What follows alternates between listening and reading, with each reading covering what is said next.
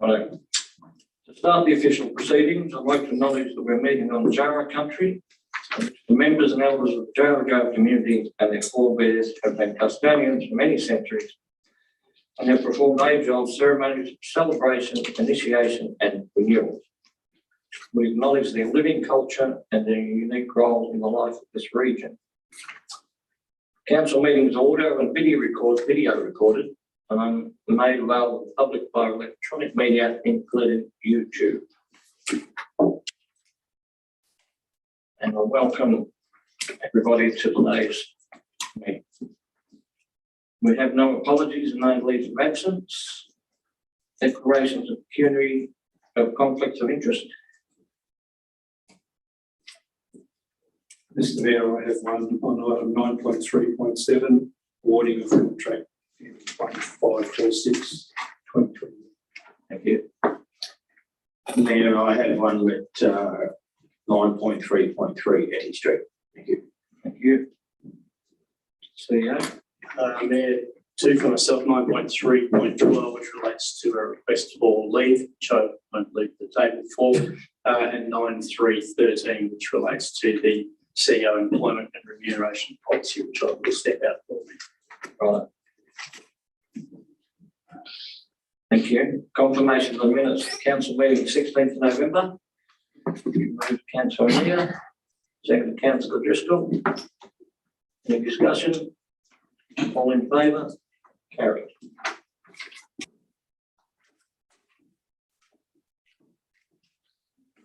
Which takes us to public question time. I'd like to move standing order. Move that we suspend standing orders, mate. Thank you. Second up. Councillor Fluer, all in favour? Carried.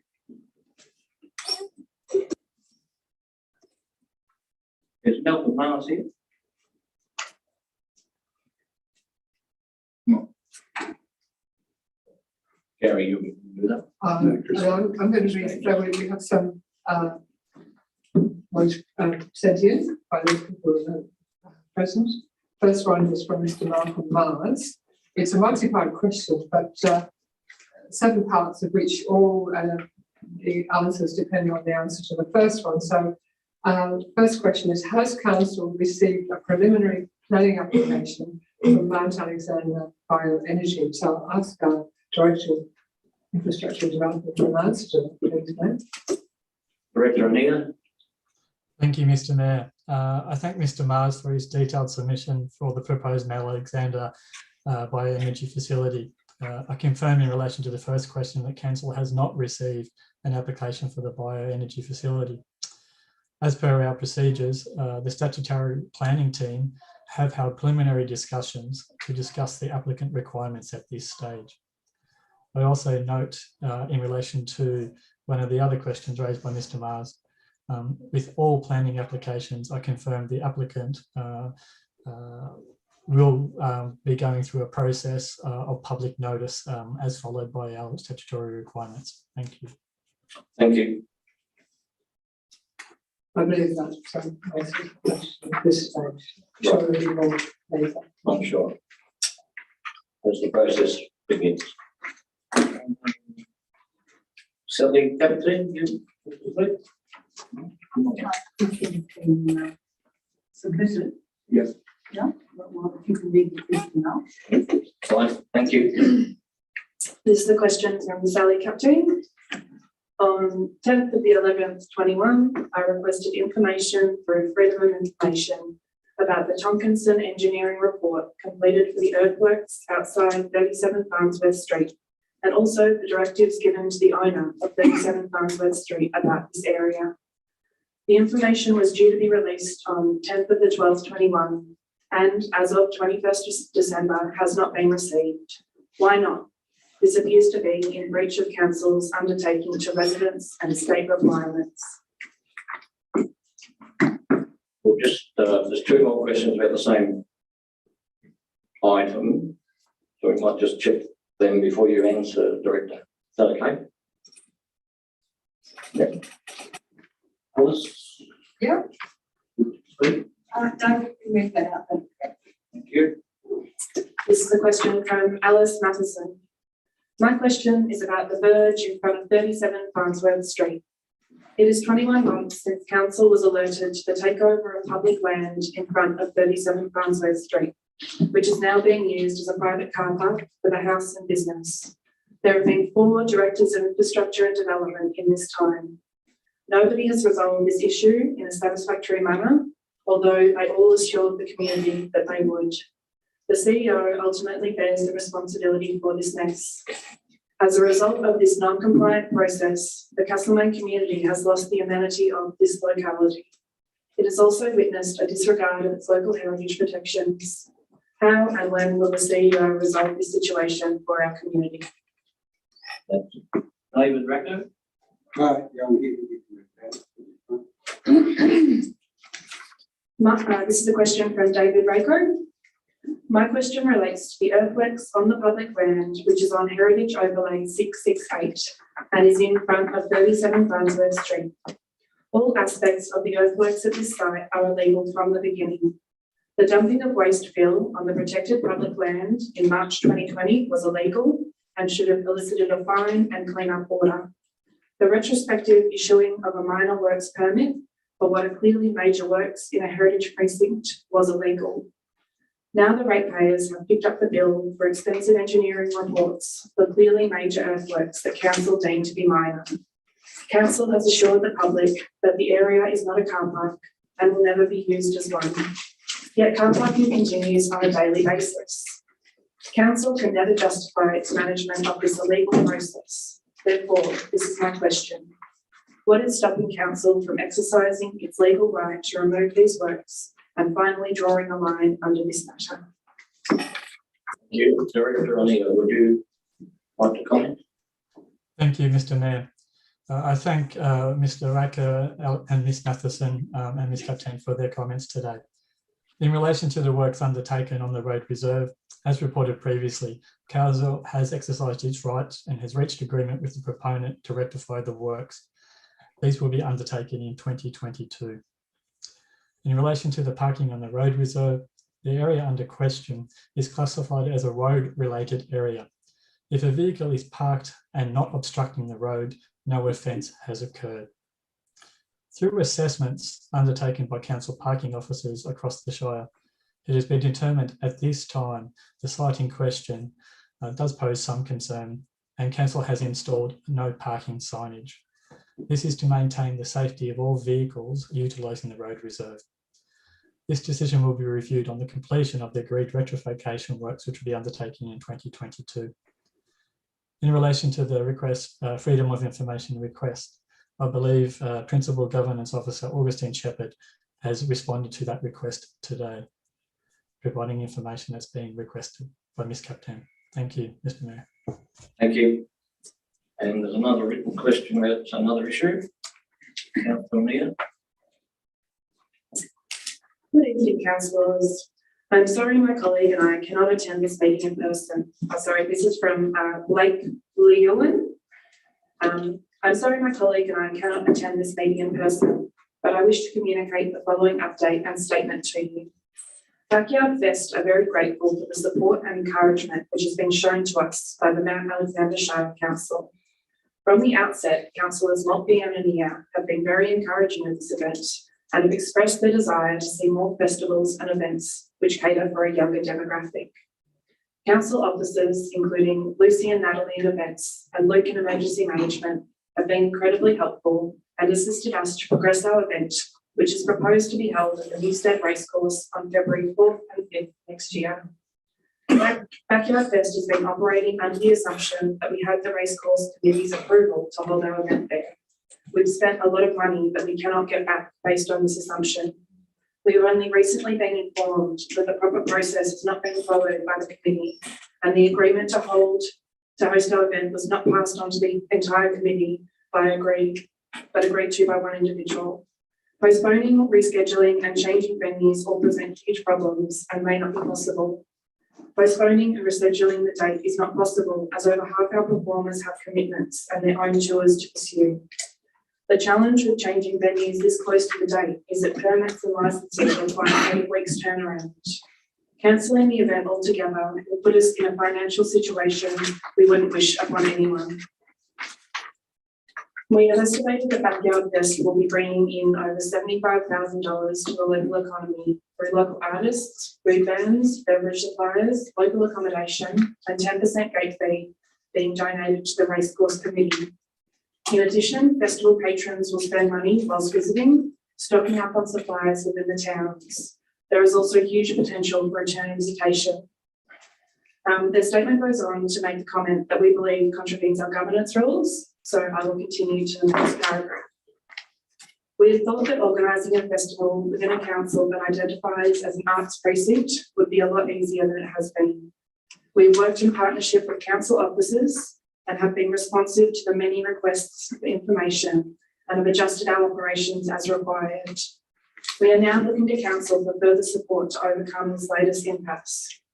We think it's quite ridiculous to cancel one small bespoke music festival with a diverse lineup featuring over 50% female, non-binary and people of colour, with jazz, African fusion, folk, solo local artists, just because a few people are concerned about it being like bigger events, such as Rainbow Serpent or Chopped. These are both very large, established and successful events, but do not in any way resemble what Backyard Fest is proposing. Our numbers are significantly smaller, with only 1,500 people proposed, and our genre of music and type of audience are very, very different. This event will showcase the Shire's reputation as an incubator of live music. Given the hard work and support which Mount Alexander Shire has already committed to this event, including providing event funding, how do we make this event possible? Thank you, Councillor Director Knight. Thank you, Mayor, and thank you, Councillor Annear. I'd also like to thank Mr. Blake Van Leeuwen for his question. This is very much appreciated. The importance of events being held across the Shire is very well understood by Council, and that's to assist with social connectedness, economic benefit, and to support event organisers as they recover from the impact of COVID restrictions.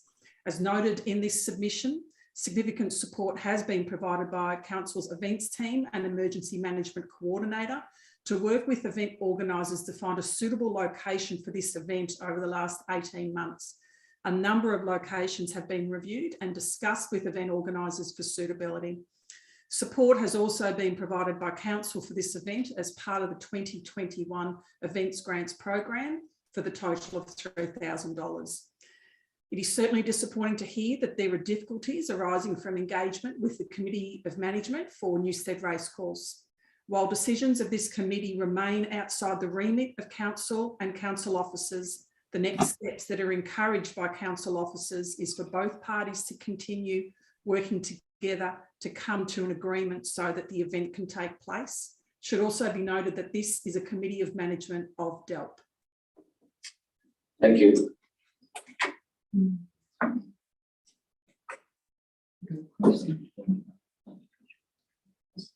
Is there any member of the audience who wants to ask a question?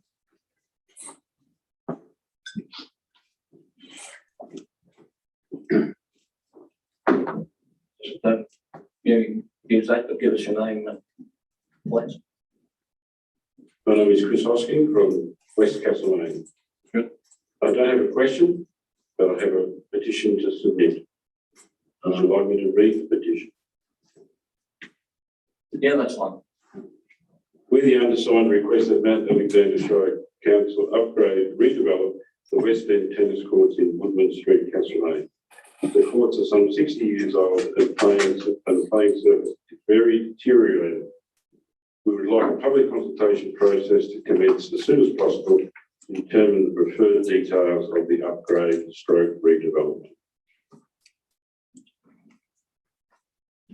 And in speaking to the petition, I'd just like to say that this is part of the trilogy of West Castlemaine, insofar as the West End Hall is in good condition, the playground is upgraded, and all that needs to be done now is to work on the tennis courts.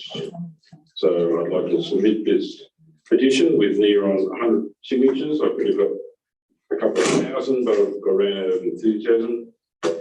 So I'd like to present this to council. To the CEO will be prominent, Thank you. Thank you. and it'll be addressed in the next couple of months. Got that.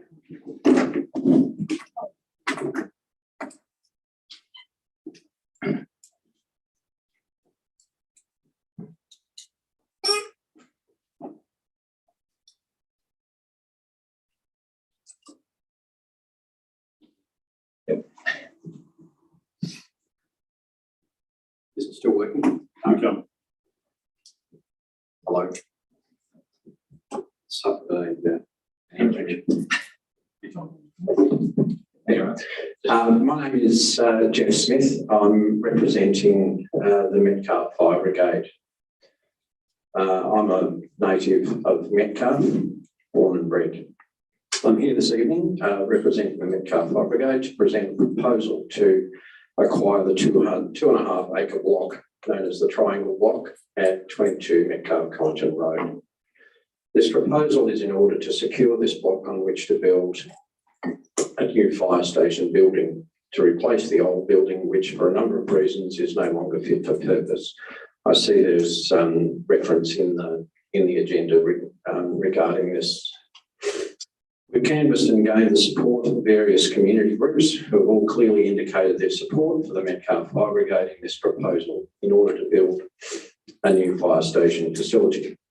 I believe Mount Alexander Shire Council and the CFA regional headquarters in Bendigo have copies of these letters of support. Discussions regarding this proposal, i.e. the land acquisition, have been conducted intermittently and somewhat ad hoc since I've got 2017, but I think anecdotally it dates back some years before that as well. At that time, Ashley Baker was the CFA contact. He was the regional officer or catchment officer and was in full support of this proposal. Our local representative to council, Councillor Christine Henderson, was also aware and supportive of these proceedings, as was the local MP, Right Honourable Mary Ann Thomas. In 2018, via email, we were made aware that councillors had discussed and were happy for a sale and transfer of land to occur. However, since that time, progress has stagnated with little progress being made. CFA headquarters has not been as supportive as we would have expected. Rather conversely, have made suggestions as to not proceed with the proposal as planned, loosely based on the size of the block. They're saying that it was too big, exceeded the requirements, and the price of the block at that time, with a figure quoted at 160,000. We firmly believe that the block in toto is suitable for purpose, as it will allow for a suitably substantial sized building to be erected, will provide adequate, safe off-road parking facilities, has proximity to the Metcalfe Reserve in the event of a major incident, and will provide a site for a firefighting water tank, which seems to be a growing addition to the rural landscape.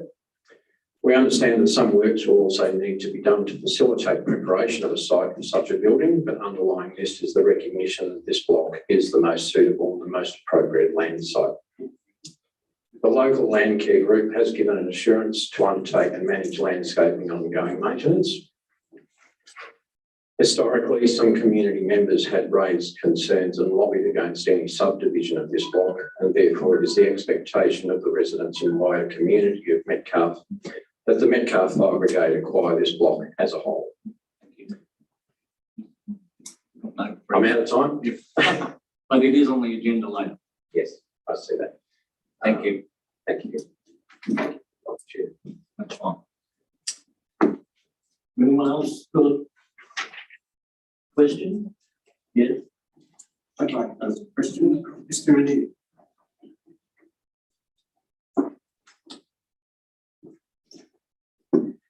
Is this in relation to Farnborough Street? We've already had a question.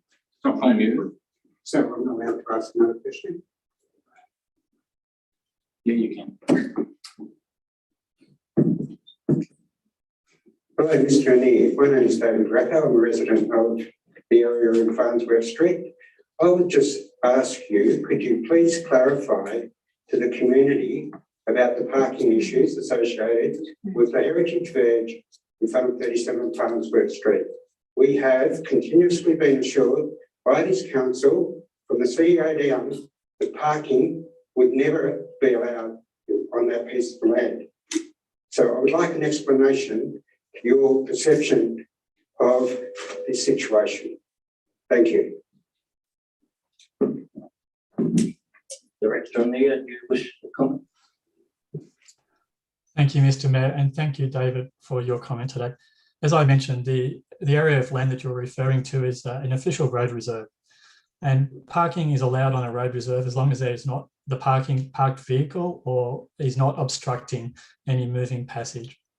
So there is an allowance within the regulations and the Road Management Act for parking to be possible on this section of road. That is what is allowed. However, through assessment, we've identified that there may be some safety concerns, and as such, council has erected no parking signs as of today.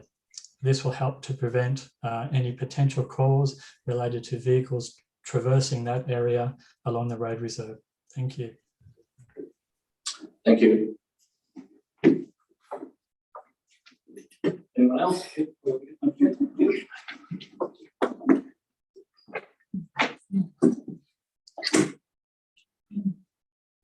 Well, my name's My name's Greg Clegg. I'm from Australia, Castlemaine, and I am part of the group that was saying opposes the leasing of the land for the telecommunications tower on the Oval. There's been a lot of anomalies with regard to the procedures that have been going on since back in 2016 when Optus were denied the opportunity to have a tower at the camp reserve. It didn't have a master plan at that particular time, but does now. There were 64 objections to it. 24 people came along here to reject this meeting. The council said it was the largest objectors meeting that they've ever had in these rooms. It was interesting to note that, of course, during those meetings, of course, they had two gentlemen from Catalyst, stroke Optus. Questions were asked of them as to how did they know about the Doug Powell towers going in for the lighting of the Oval. No response from council. What we found out through freedom of information, of course, there was council and council officers who directed Optus over to the Doug Powell Oval. Subsequently, we made further inquiries and so forth as well too. And when questions were asked at that meeting, one councillor said, I thought it was going to be over further. Now, we're at the stage now where a amendment was made and the tower now has been moved over to the water tanks on the Doug Powell Oval, some 300 metres. It doesn't make a hill of beans or any change of difference to opposition to it. You've had 31 applications against it just recently.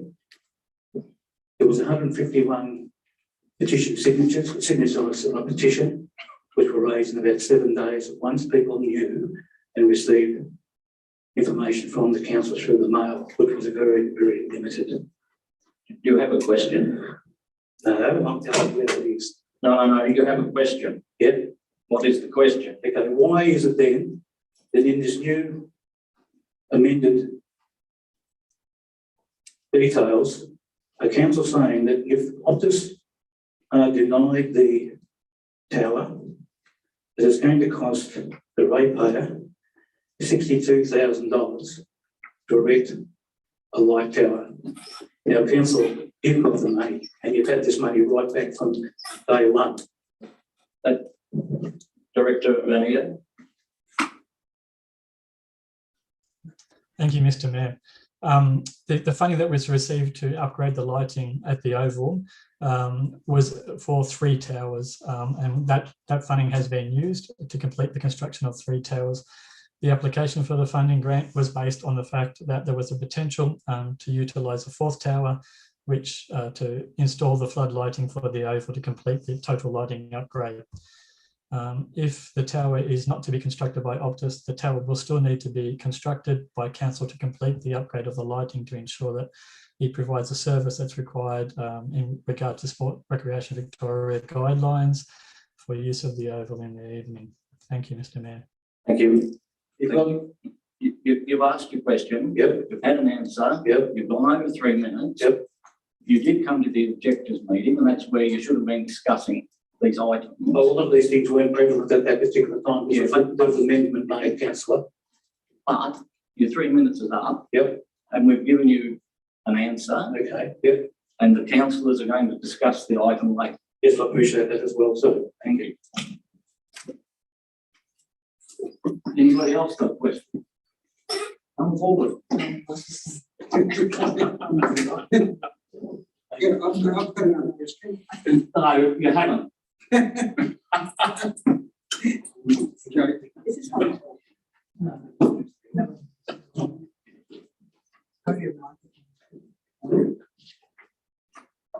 Hello, my name is Jacqueline Brody-Hands.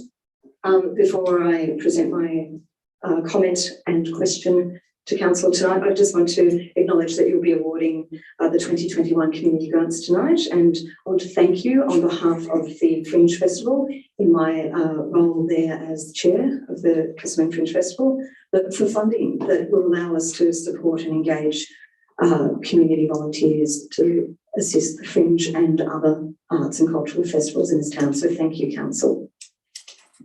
I'm here to extend my support for Backyard Fest, the arts and music event that is proposed to occur on the 4th and 5th of February. The irony is, of course, I initially supported Red Box Wildlife Sanctuary, located in Alphingston, adjacent to the original site that was proposed for Backyard Fest.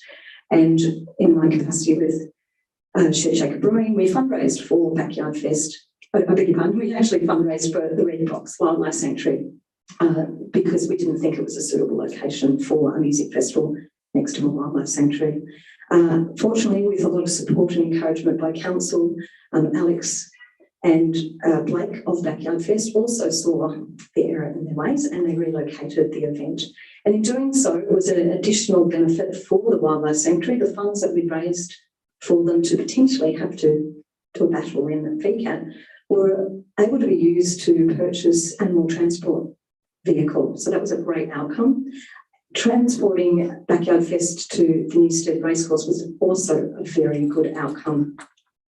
Now, as you may know, I have very extensive lived experience in the music events and touring festival, and have toured with large-scale music events, including the Day on the Green and the Red Hot Summer Tour, which leads me to how Shed Shaker Brewing got involved.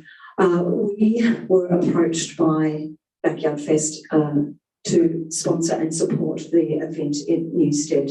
And we came on board to give them advice as to how to engage with the community, how to work with local groups, including Main FM, local community radio station, the various community organisations in Newstead, and other arts and music organisations in this town. So we've had a very supporting, encouraging and mentoring role with Backyard Fest. Any question?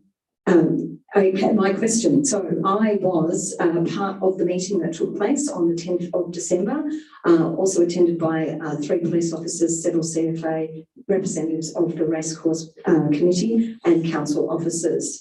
It was nothing short of a pile-on. We had 2 young and relatively inexperienced event organisers. They have conducted these events extensively in Melbourne, where they have had the good fortune of operating within venues, licensed venues. This was their first time venturing out to a rural setting. The question, please. Yes, Bill, I'm sorry, we'll get there. Given that council has provided funding support for this event, given that the Regional Music Development Program that council secured significant funding and employs a music coordinator, named the objective to support promoters and to attract music events and music festivals to this shire, and the fact that Music Victoria have committed funding to showcase Central Victorian musicians at this very festival, which is now in jeopardy, what support and what ongoing commitment is council prepared to make and to extend to these young men who have made significant commitments to contribute to the vibrancy of our music scene and support our local musicians, performers and the creative industries? Thank you. Director Knight. Thank you very much, Mayor, and thank you very much, Jacqueline. Your feedback really is appreciated, and I certainly received feedback from officers who attended that community meeting on the 10th of December of the support that you provided event organisers on that occasion as well.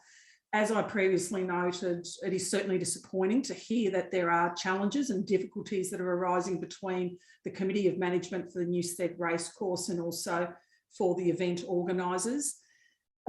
It is challenging because this is not a Committee of Management of Council. Nonetheless, as has been the case since the initial endorsement of this event from Council over 18 months ago, our events team do remain committed to supporting event organisers to help the event go ahead and to be a success for the Shire, the people of Newstead, and also our young festival goers of Victoria. So our events team remain in discussion with the Committee of Management and event organisers to seek a resolution. Thank you. Anyone else have a question? Good.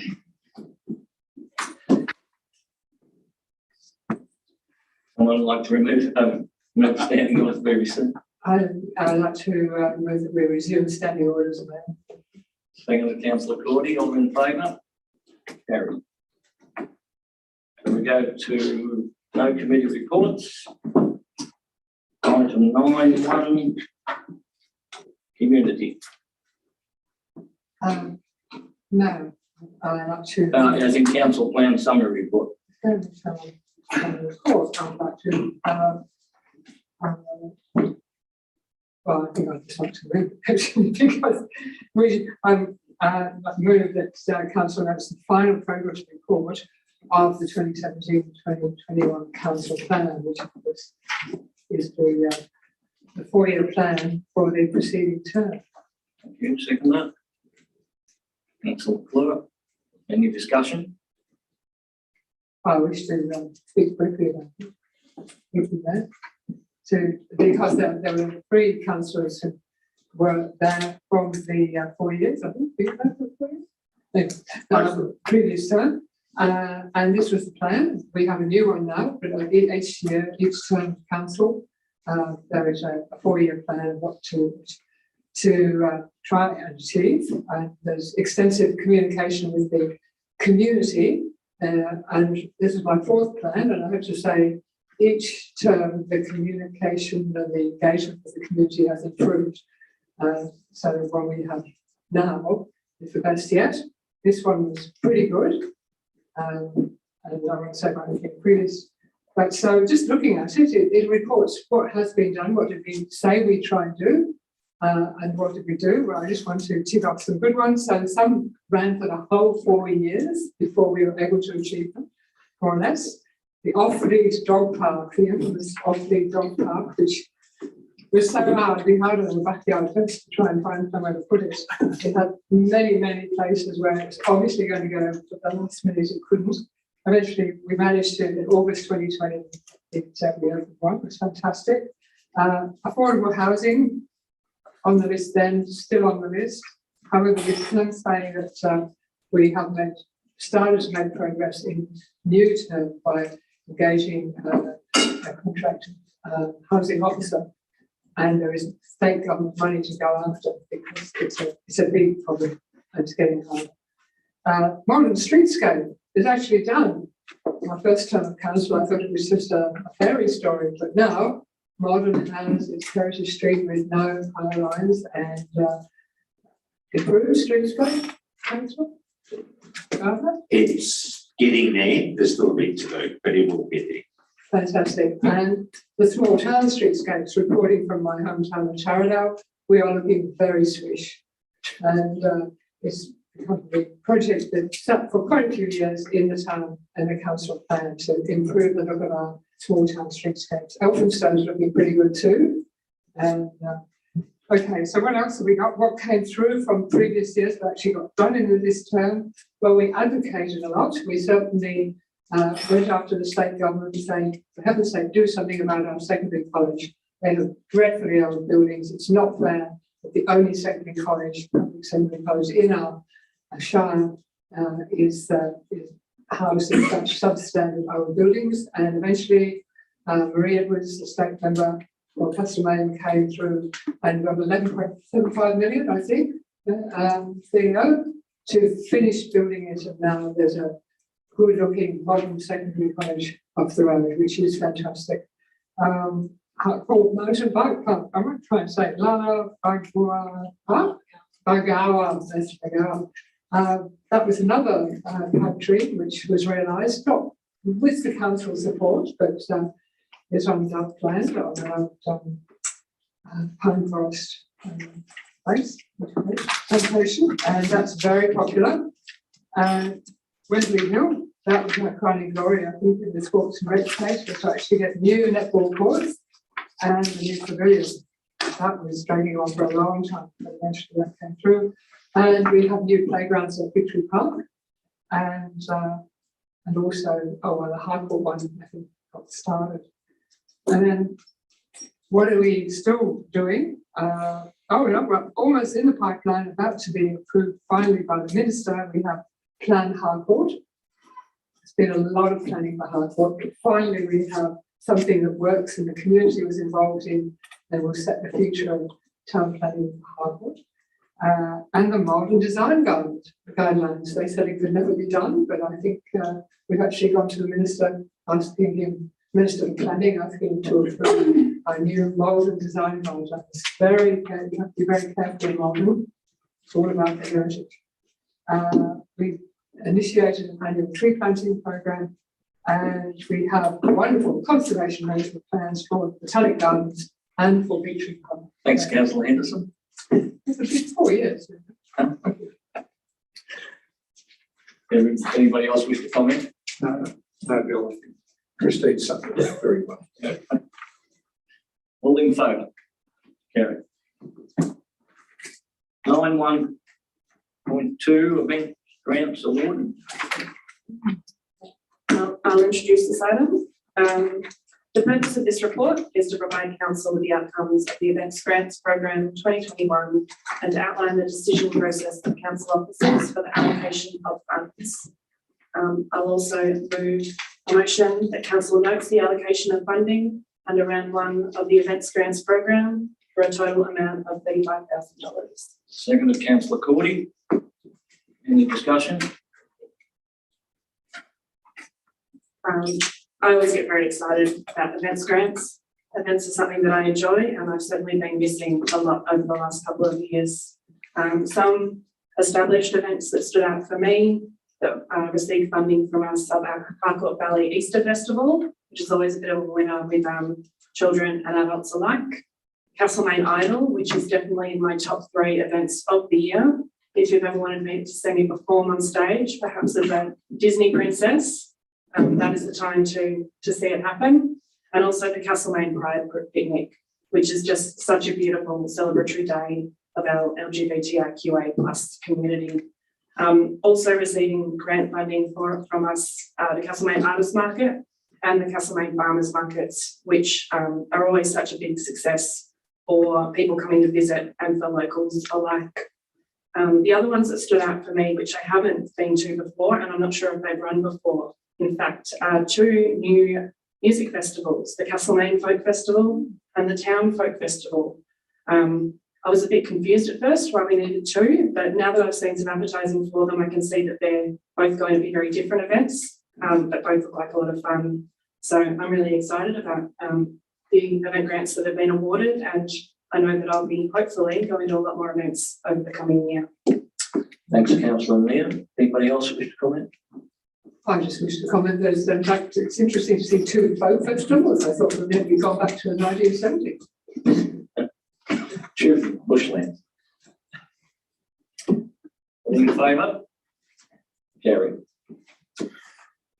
9.1.3 Community Grants Awarded, round 2.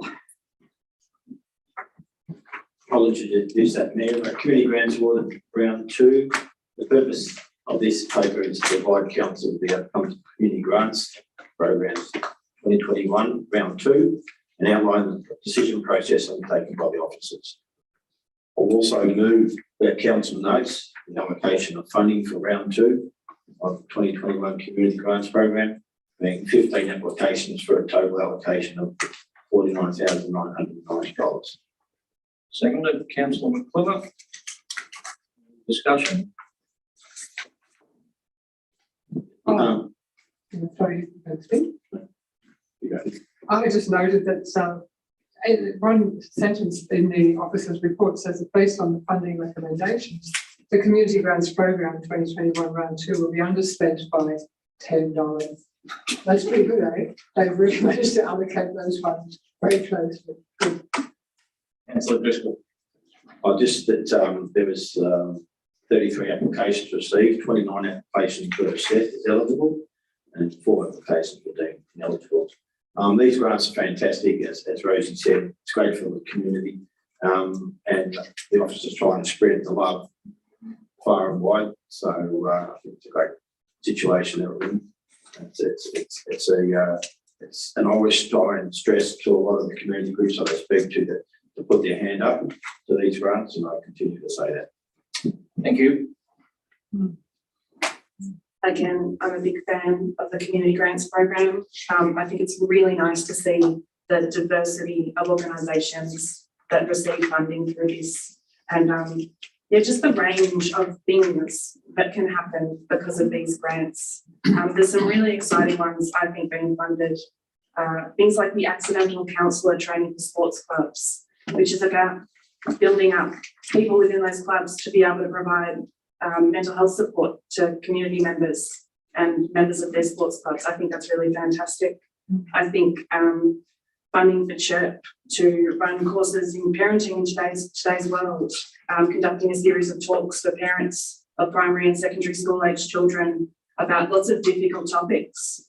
You know, I've got young children right now, but we're getting straight into teenage years. I can see it coming, and it's terrifying. I think support for parents and young people is paramount right now, especially as we come out of what's been a pretty messed up 2 years. The launching of Mount Alexander's Women's Sports Clubs, that's really exciting. You know, as a woman, I think it's great to have a dedicated sports club for women. And I think it's just a place where everyone can feel very safe and supported. I think that's fantastic. And then also Hooper Size, fitness and fun. I'm a bit of a fan of a hula hoop. So just, I don't know, just the fact that some of these projects are fun as well as serious. I think it's great to have that mix there. And every time I see the list that we have approved, it just gives me a lot of hope that, that there's a lot of good stuff going on in our community, and we're able to help organisations who might not be able to do it without this funding. Thank you. I'd like to note the intergenerational playgroup, which has been funded to the tune of $3,000. I speak from personal experience. I am a carer for a neighbour who suffers from dementia, and her favourite time of the week is when she comes to spend an hour with me when I'm caring for my 2-year-old grandson. They get on famously. They laugh, they joke, they can understand each other. It's very good.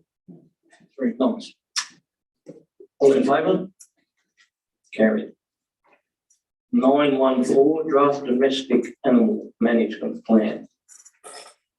Councillor Gardner. Thank you, Ma'am. I'll introduce this one. Councillors, I'm just reading from the deck, something so fit for the purpose of people out there. Councillors are alleged with a requirement to develop a domestic animal management plan every 4 years. This plan outlines the strategic approach council will take to the delivery of animal management services across the council over the next 4 years.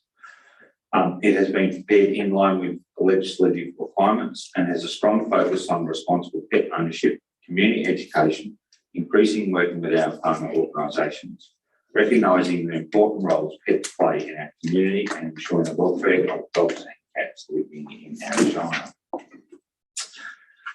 This plan has undergone public exhibition and feedback, which has been provided by the community, and the feedback has been considered in the final draft. Council is required to review the plan annually and publish an evaluation of the implementation plan in the annual report. And this motion is seeking the adoption of the domestic animal management plan. You're moving that? Yes, I'd just like to move it as printed. Thank you. Second up. Councillor McClellan. Any discussion? I just wanted to, I'm sorry.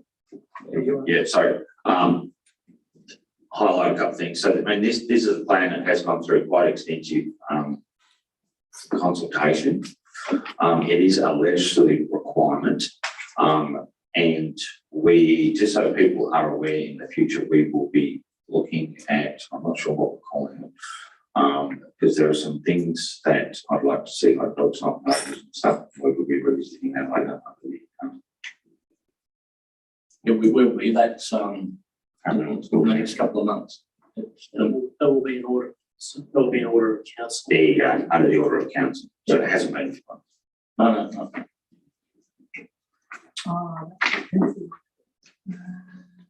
All in favour? Oh, sorry. I just wanted to make one sentence in the domestic animal management plan on page 15, which says cat curfew. Cat curfew pursuit, well, you can speak of the cat owner. I speak of someone who's not that keen on cats. Used to love them, but not anymore. Pursuant to an order of council made under section 25 of the Act, all cats within the municipality must be securely confined to their owner's premises at all times. This is really serious stuff. And I'm not against it, and I know that there was a good 60+% of the hundreds of people who responded said it was a good idea. But I'm just wondering about compliance and implementation, and I don't know, with Director Anir has got anything to say about how this might be implemented or policed. Thanks, Director. Thank you, Mr. Mayor. Thank you, Councillor Henderson, for the question. Council takes a preemptive measure with regard to education and awareness on the domestic animal management plan and the conditions controlled within that. So our first step is to create awareness amongst the community, and this community being cat owners, to inform them of the concerns that are raised with cats being off premises at different times, especially at night time, and the potential harm that they may do to native animals. So our first step is to create awareness and to provide information on how cat owners can align with the domestic animal management plan in this particular section of the plan. Beyond that, council will take an approach in which we, being notified of any non-compliance to this issue, we will follow up with the homeowners and discuss with them approaches to be taken as we go forward. Thank you, Councillor Henderson. Thank you, Councillor Neal. I am a cat owner, and anyone who knows me knows that I really like my cats a lot, even though they keep getting bitten by snakes and by cars and can prove very expensive. I still really enjoy them. I think, I've talked to a few cat owners since this came out about the cat curfew, and we got such a great response from the community to this. We got 463 responses. That's huge. Only 9% of those respondents were cat owners, 13% dogs and cats, 41% dogs, and 37% neither. I do feel like the cat owning population may have been a little underrepresented. And the people I have spoken to, in general, are older women who live alone with their cats. Their cats are a source of companionship to them. They have been quite distressed by this, because anyone who knows a cat knows that once you let a cat outside and that becomes an outside cat, it is very, very hard to curb its behaviour. So I guess what I'm asking for is that people be a little bit moderate in their approach to this, because it will take some time for people to be retrained and to retrain their cats not to leave the property. It's not going to happen overnight. You can't just tether a cat up in the yard like a dog, and you can't, tell a cat not to go outside your property line. It just won't work. And I think for a lot of these people that I've spoken to, this has been very distressing and very stressful for them, that they feel that they are going to get in a lot of trouble, that they're going to get fined a lot, and that they may have to get rid of their companion animals because then it is so hard to curb a cat's behaviour. So I would like to think that people could be a bit moderate in their response to this and not just go after their cat owning neighbours as soon as the cat steps foot outside the yard. If it's not doing anything wrong, I understand that, you know, they do kill a lot of native animals. I'm a big advocate for keeping your cats inside during night hours and, you know, being a responsible pet owner. But I think it will take some time for the cats to learn. So if we could just be a bit kind to our cat owning neighbours, that would be fantastic, because I know this has been very stressful for some. Thank you. Anyone else? All in favour of the motion? Carried. Righto. 9.2, environment, and the first item is 9.21. Proposed lease of council land at 20 McGrath Street, Castle Lane. Thanks for that, Mayor. I'll introduce this item. Council is proposing to lease part of the land of the Wesley Hill Recreation Reserve for the construction of a telecommunications facility. Local Government Act 2020 requires that prior to leasing land for 10 years or more, council must undertake the community engagement process in accordance with its adopted community engagement policy in respect of the proposal. A community engagement plan for the disposal of land has been developed, stipulating, I don't think it's been disposed, but lease of the land has been developed, stipulating a process for community engagement that aligns with previous processes under the Local Government Act 1989, specifically that council seeks and considers input to its decision making prior to disposing of land and property. So it's leasing the land, it's actually not disposal. Public notice was published on Tuesday, 6th of July 2021, inviting submissions to the proposal.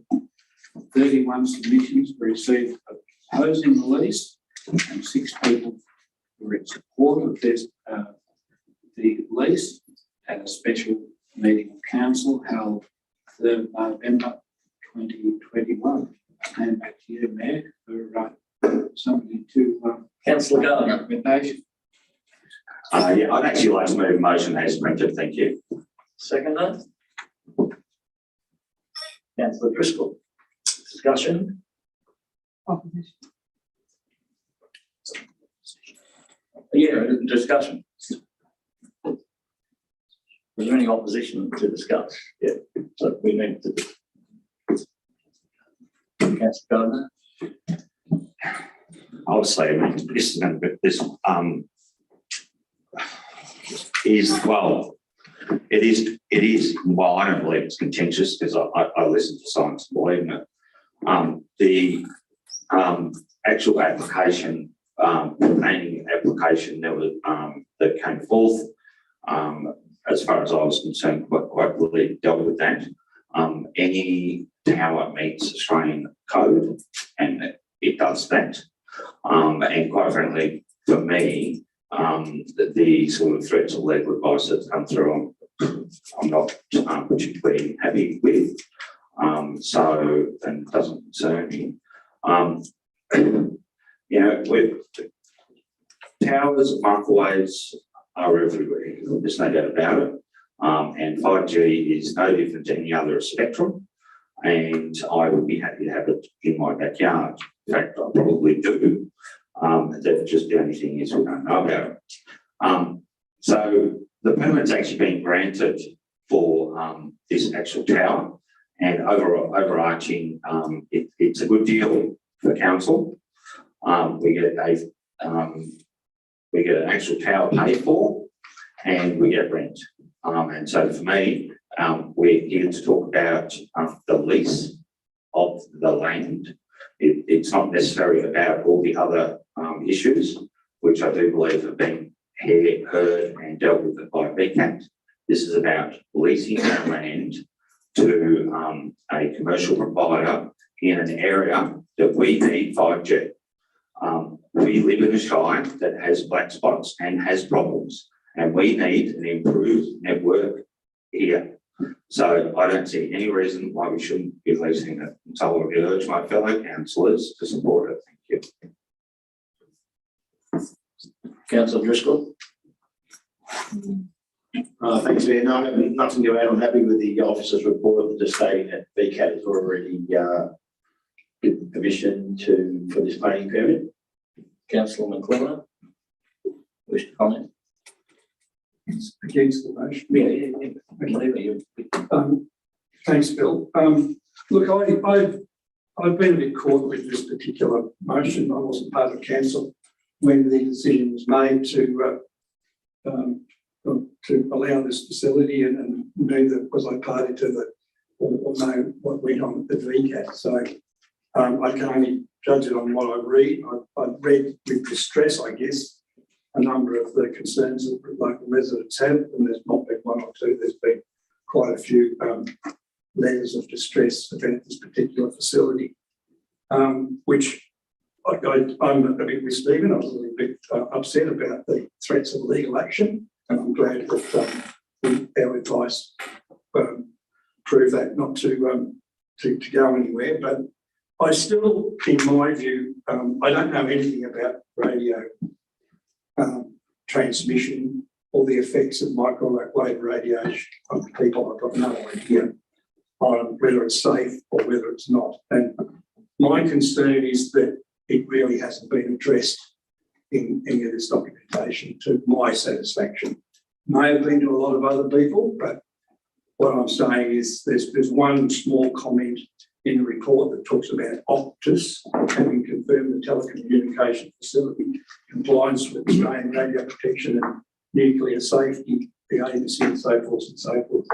That's probably supposed to give me some comfort, but it really doesn't. I tried to do some research into this independently of council, and I didn't get very far. I'm not comfortable that we've addressed this whole issue in the community about radio microwave, the effects of that on people throughout the community. I know there's a lot of towers around the country. That still doesn't address what we're doing to ourselves with this radio communication of these microwaves in the community, and I'm concerned about it, but nobody seems to be worrying about it or doing much about addressing what is actually happening to us with this radio communication. I've had 2 friends die recently with brain cancer. No idea what caused their death.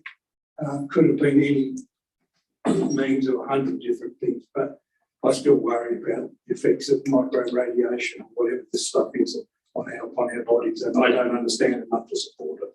Thank you. Councillor Cordy, you wish to make a comment? Councillor Henderson. I just like to point out to my colleague, Councillor McLeod, the global communications industry relies more or less exclusively on microwave radiation.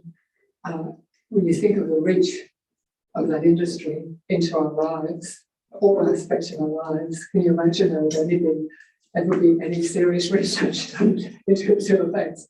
It would be an absolute shutdown of our modern world for it to be planned. So it's just a point to note. However, I don't want to go there. It's very dangerous territory to try and speak out against the Alcanza standards, which are for thermal levels of radiation. That's when you stand in front of a antenna that is burning you because of the power of radiation coming out of it. Never a good idea at any frequency. So I think for me, it's just the wrong place. It's the right place in that, yes, great, put a tower up, get paid for, we can piggyback on it, put our lights further down, up goes the Optus tower, higher up in the air, and all around it are quarter acre blocks and smaller in our, it's one of our suburbs, or a lot of suburbs of Castlemaine. I don't know that there are other towers in our sort of inner suburbs in our town as yet, but I'm pretty sure that once Optus got that tower up, then there would be other telecommunications organisations asking if they could also use the tower, because it'd be very convenient to have a spot there or another sort of communication. So I think it's just the wrong place. That's my opinion. Thank you. Thank you. Councillor Neal. Thank you, Mayor. Before I state my position on this matter, I would like to say something. It's not easy being a councillor. We don't do this role because it's fun. We do it because we want to do something right for our community. We want to be fair. We want to listen and hear. But I do not appreciate that many of the objections we received on this matter, both in writing and at the special meeting in early November, were couched in bullying language, threatening councillors with criminal culpability and even prosecution if this application is approved. I do not appreciate being told that I'm becoming complicit in a crime. I do not appreciate being told that I'm exposing people and their families to violence and harm. I do not appreciate being told that I'm committing non-consensual assault. I do not appreciate being told that I am touching and penetrating people's bodies without their consent. I do not appreciate being told that I'm conspiring to commit a criminal offence. I do not appreciate being told that I'm entering into a criminal conspiracy with Optus to assault people. I do not appreciate being told that I'm misusing public power, acting with malice, and acting blindly with blatant disregard. I do not appreciate being told that I approve this tower at my own peril. What I found most distressing about many submissions was the misappropriation of the language of sexual assault. Phrases like touched and penetrated, assaulted, I do not consent, no means no, in a way that I can only call cynical and frankly offensive. I am a survivor of sexual assault, as are many, many others. Co-opting language associated with ending violence against girls and women is callous and upsetting. It trivialises the experiences of assaults that people go through every day, and I don't believe this argument should be used to intimidate and make others do what you want. I am disappointed that this is a route that some people took, and personally found it distressing and incredibly inappropriate. I would like to remind all those who speak to us that we are people first, with our own lives, feelings and experiences, and should be afforded basic respect and decency.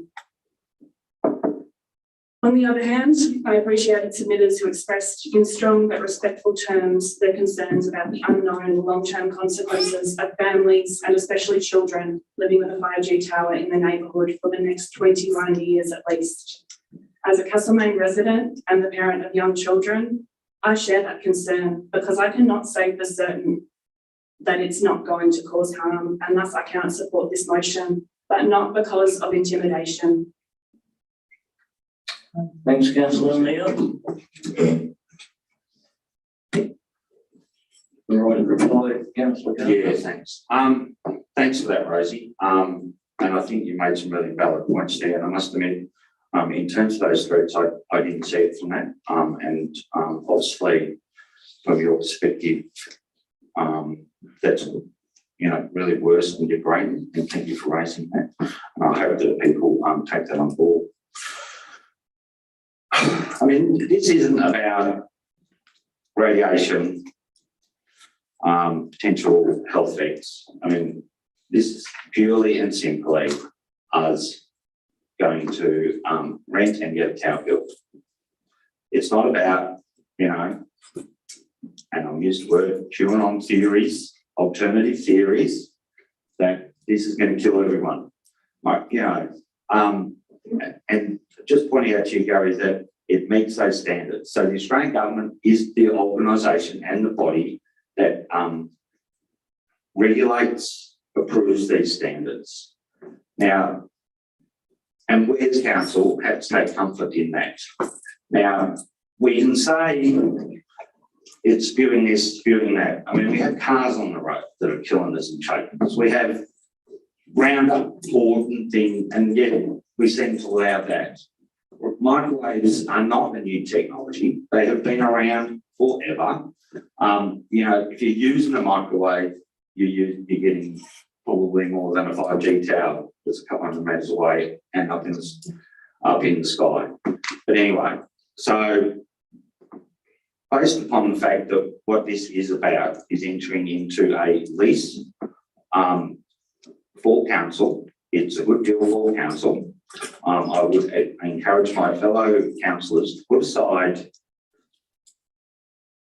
the alternative theories or alternative options, the threats we've had, and support this, please. Thanks, Councillor Gardner.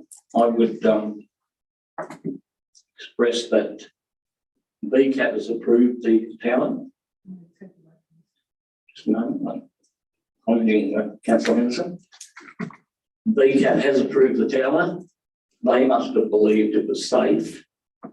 So I'll be supporting the motion. Those in favour? 2, 3, 4. Those against? 3. Can I call for a division, please? Yes, you can.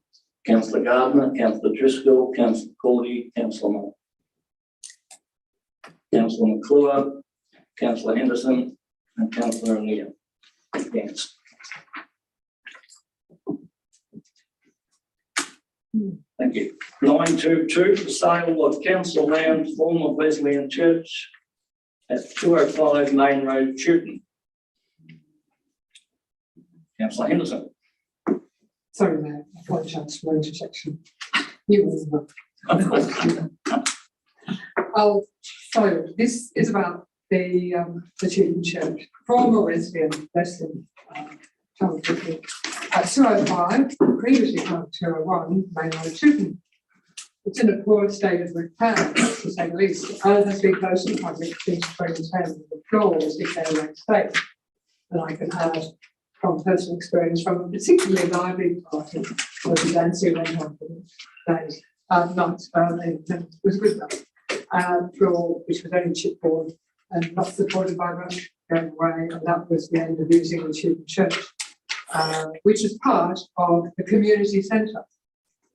And so there are 2 buildings. There's the Sunday school building, the small one, weatherboard, which is functioning very well as a centre for the Chewton senior cits and for any other people who want to hire it out on a daily or hourly basis. Anyway, back to the church. In 2017, the council resolved to subdivide the land at 201 Main Road, Chewton, to separate the church from the former Sunday school hall to enable the sale of the former church building.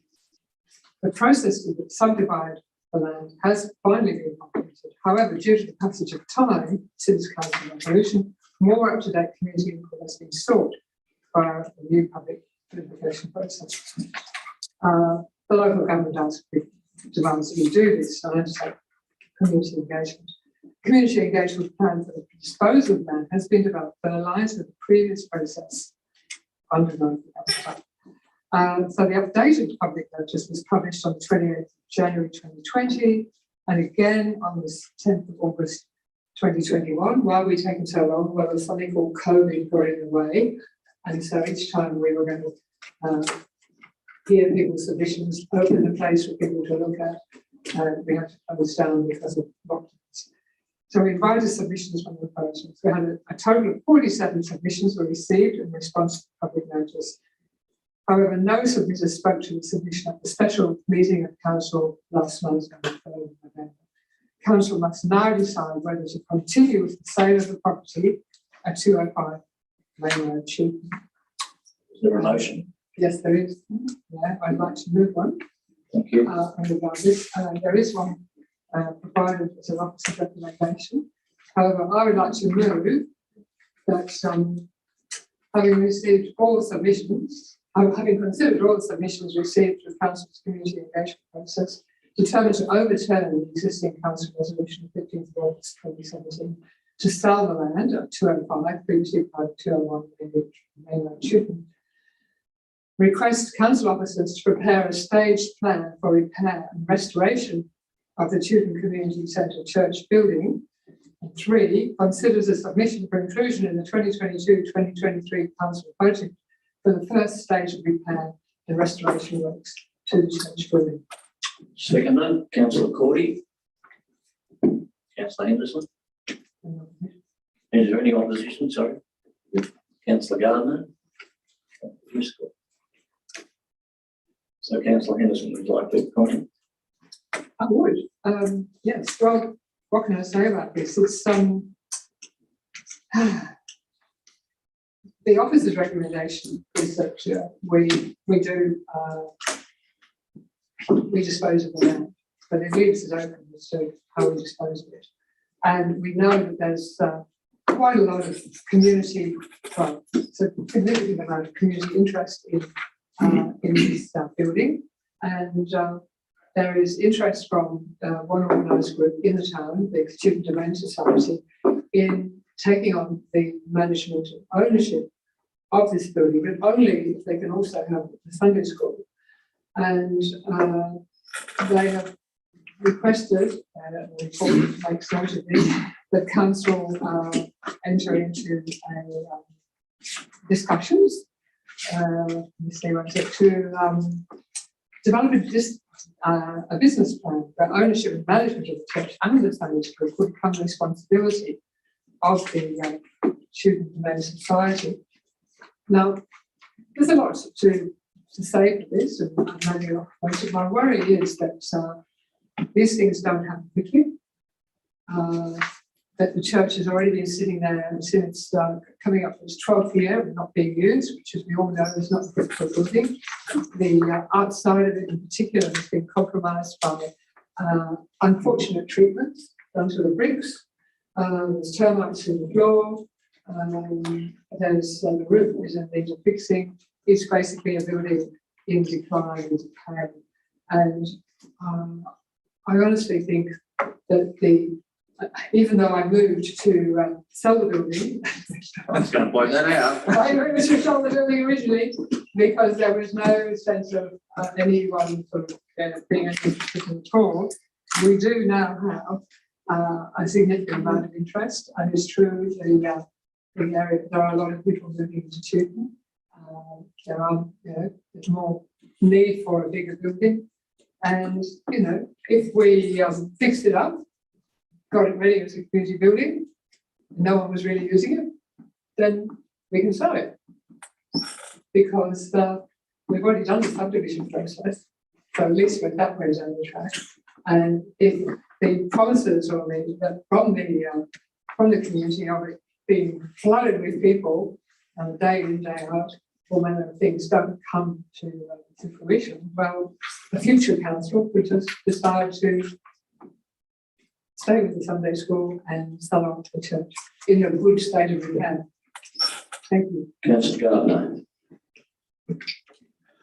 Yeah, I was part of the decision myself, obviously, and I was going to point out, but Councillor Henderson did point it out that she actually moved this motion to sell.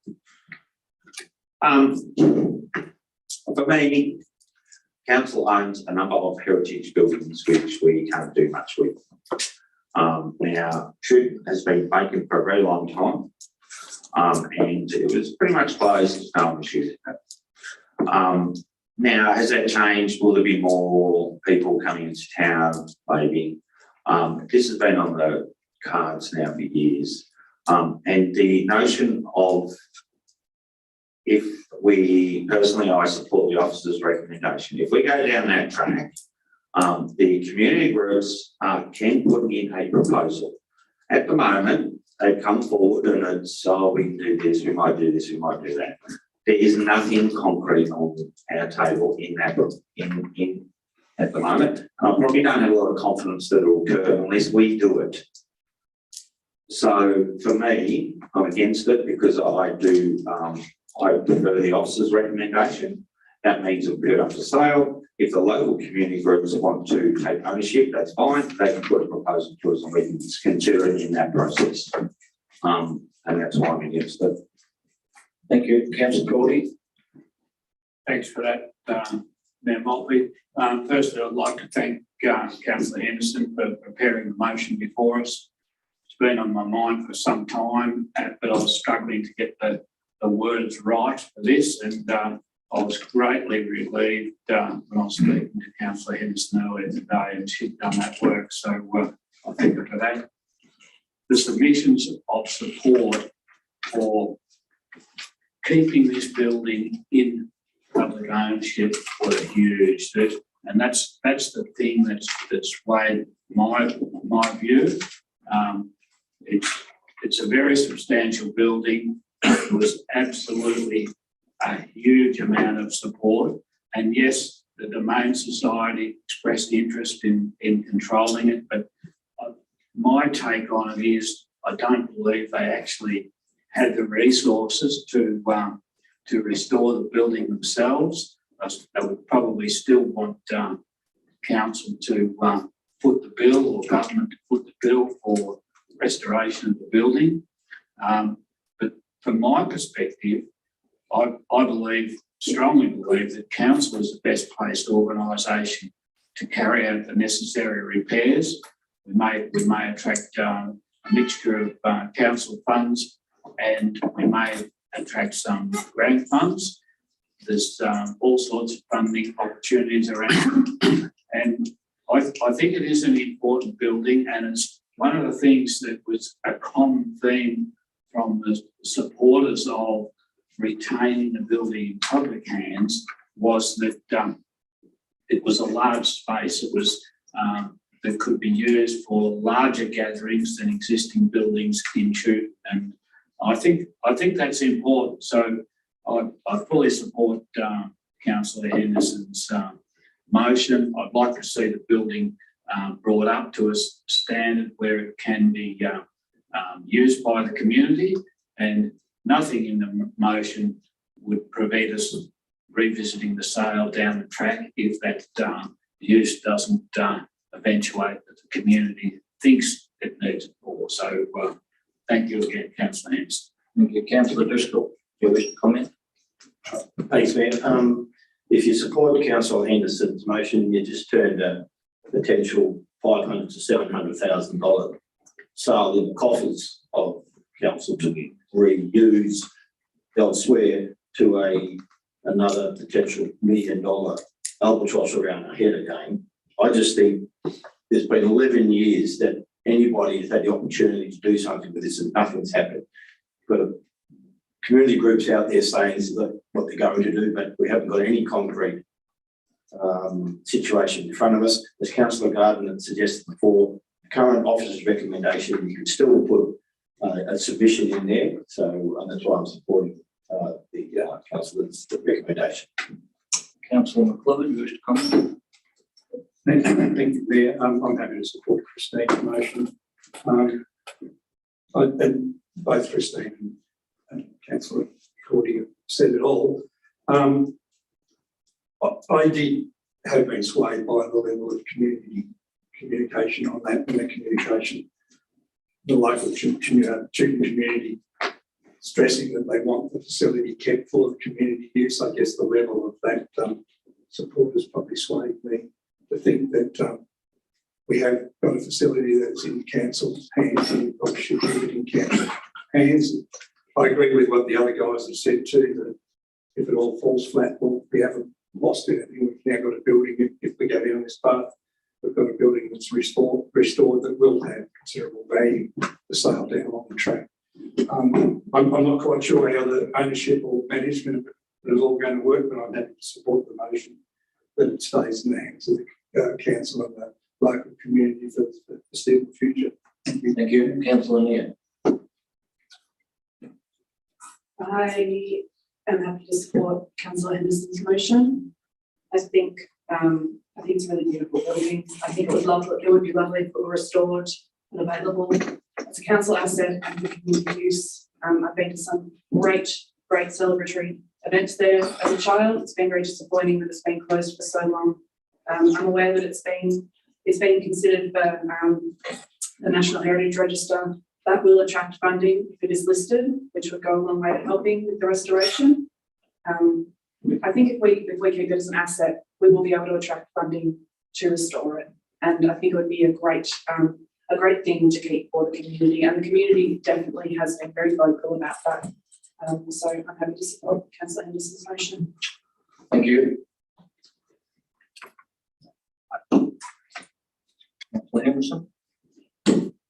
No, sorry, no, thank you. Right. Those in favour of the motion? Those against? 5-2.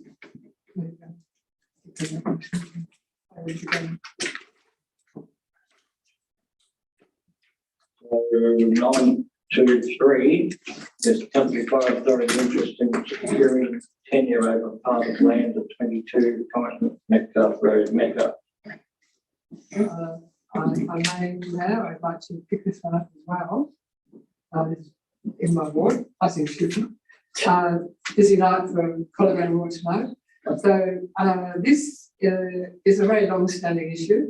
It's, so the CFA and the Metcalfe community have been advocating to council for a new site at Metcalfe to accommodate a fit-for-purpose facility for several years. That's been an understatement. The existing fire station has limited facilities, very limited facilities. So I think it's safe to say that no woman would be interested in joining the CFA because of that facility, and has reached the end of its useful life. A new fire station must include temporary facilities to retain existing and attract new members, and a facility to assist CFA to attract and depending on the approved design, such a facility could also be more broadly available for the community. Council owns Crown Lawton's Fire and 22 Metcalfe Road. In 2012, this land was identified as surplus to council need. Council began a process to sell, but submissions from the public revealed a strong community desire to retain the land. And in 2013, council resolved to cease any further action towards the sale of the land. This was going to be a private sale, commercial base. In October 2018, the 2013 decision was overturned by council resolution because of a lot of community input. Now that the CFA had shown their hand and said, we want the land, basically various community groups in Metcalfe wrote to council saying that they fully supported the land being sold to the CFA for the purpose of the construction of a new station at Metcalfe.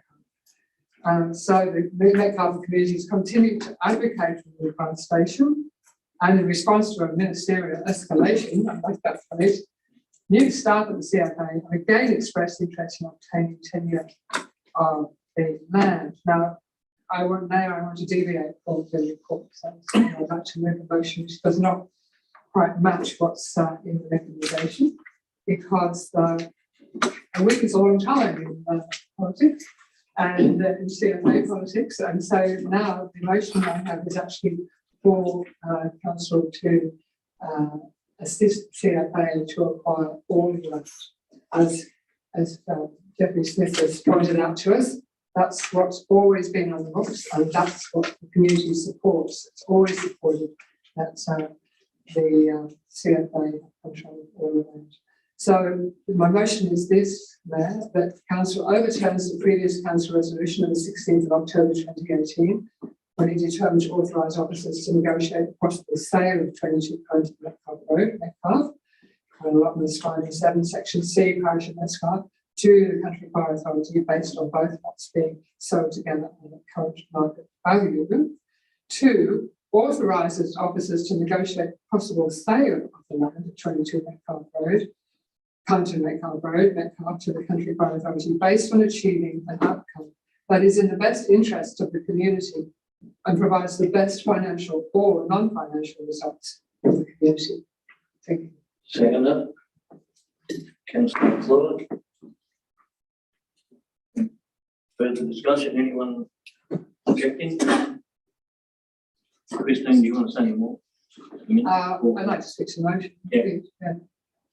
I'd like, can I get some clarification? Yeah. So the current proposal is to subdivide and give CFA a proportion of it and sell the other bit. I'll speak to that as well. I'll do it, try and explain it. What you're suggesting is we're giving it all to the CFA. We negotiate. Well, yeah, but we're giving it. So that's what you're asking for. Yeah. Okay. Right. Yeah. Councillor Henderson. Yep. Okay, Just so clarification. yeah, no, fair enough. I think it's a giveaway night tonight. It's Christmas. No, No, it's not necessarily a giveaway, but the aim is probably the story is that there is a budget in the state budget for a new facility in Metcalfe. It's a land and building package. You have to purchase the land, build the building. It's a bit shy of $900,000, in which we'll surprisingly not get a very big building. I've been assured by the bloke in Melbourne who's responsible for purchasing the land, that the cost of these buildings these days is extraordinary due to the requirements for ultra strong, ultra safe, etc. So we cannot put normal building costs against these things. I mean, council buildings cost more because of what we have to build into them. Emergency services buildings are another 2 or 3 levels up. So anyway, we have this budget.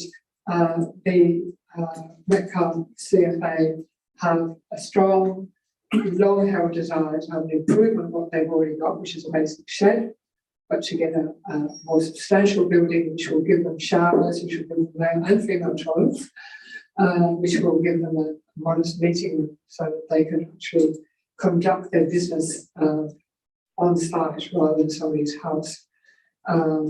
They also, because there is no town water in Metcalfe, and water for the CFA operations has to come from the river with a slightly dodgy bore system, they have a strong desire, after the building is completed, to source a very large tank. They've got ideas on how to do that, a water tank, for which they need considerable amount of land.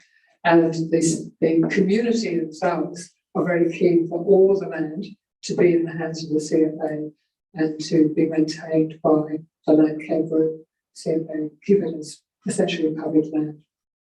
So that's what the Metcalfe CFA would like, and that's what I'm supporting. And we need a decision very quickly, because if this doesn't happen quickly, the money will disappear into general revenue. So that's what I'm here tonight. Thank you. Anyone against the motion? Councillor Gardner? Councillor, you have any? No, I'm sorry, I didn't know it. I seconded the motion, but that's I seconded the motion, but I don't put it to Christine. Councillor Gardner? I mean, I would support the officer's recommendation. I mean, my view isn't a reflection of the CFA. I mean, I think everyone sitting around this table recognises the CFA are important, and they're important to our communities, and they save lives. However, you know, and I think, as you sort of jokingly said, Christine, but I think it's quite serious. Yes, it is Christmas Eve, but how much silverware do we have to give away? I mean, the original proposal of the CFA was a portion of it. And I think as a councillors group, we pretty much accepted that, you know, we were probably going to give that away to them. And for me, the officer's position, which I think provides what the CFA needs, and also sees that council can sell some land and recoup some cost, is a good outcome. Now, we've just, you know, millions of dollars shooting this, and we've got budget time coming up. So it'd be interesting to see what those councils are going to be giving up in their budget bids to fund all these things, because I'm not giving up nothing in Melbourne. I'm telling you now. So to me, this is a reasonable position where the CFA gets their block to build their building, and then the other bits, and as the mayor will know, the price of land these days is going up, and it's doing quite well, will actually give us something back. And to date, I have not actually seen this council actually sell anything, despite talking about it for the last 4 years. So that's why I'm against it. Thanks, Councillor Gardner. Councillor Driscoll, you want to make a comment? Councillor O'Neill. Councillor Corey. Thanks for that. Look, we all value the CFA and the firefighters. One of the things that concerns me about the motion that's before us is that it includes negotiate possible sale of the land. And I just think over the Christmas period and over the fire season period, I'm not really sure how much negotiation is going to be possible with the CFA, particularly the way the fire season shaping up. And it just concerns me about the idea of negotiating the CFA. Like the CFA, the local membership has got a different idea of things to CFA head office, and that's a problem when organisations can't get their act together. It really concerns me. I think Councillor Gardner's quite correct. He is in terms of the value of land. We all know that the real estate market's white hot, and yes, there is community value in having best possible facilities for our local CFAs. But it really concerns me that there's talk about a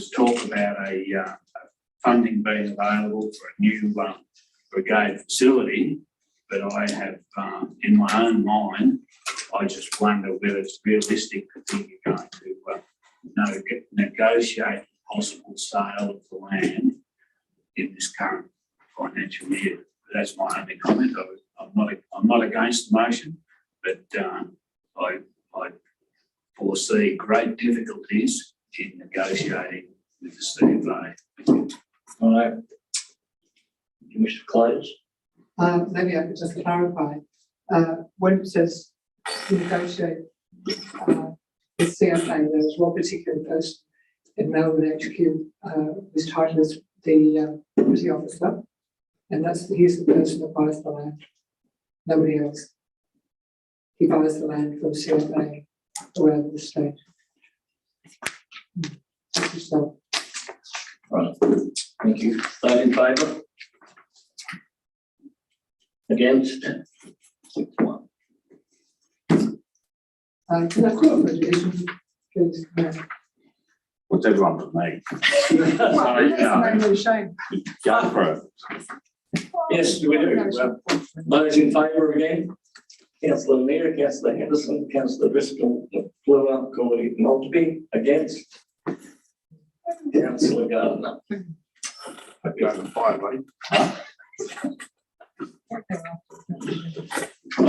continue. 9.3 economy. 9.3.1 planning application PA 282/2019. Councillor McClure. Thank you, Mayor. I'm happy to present this application to council. The application was lodged. This application for the use and development of contractors depot, associated buildings and works in the road reserve, main vegetation removal in the road reserve, and altering access to a road in the road zone. That's 315 Butchers Road, Ruffleford.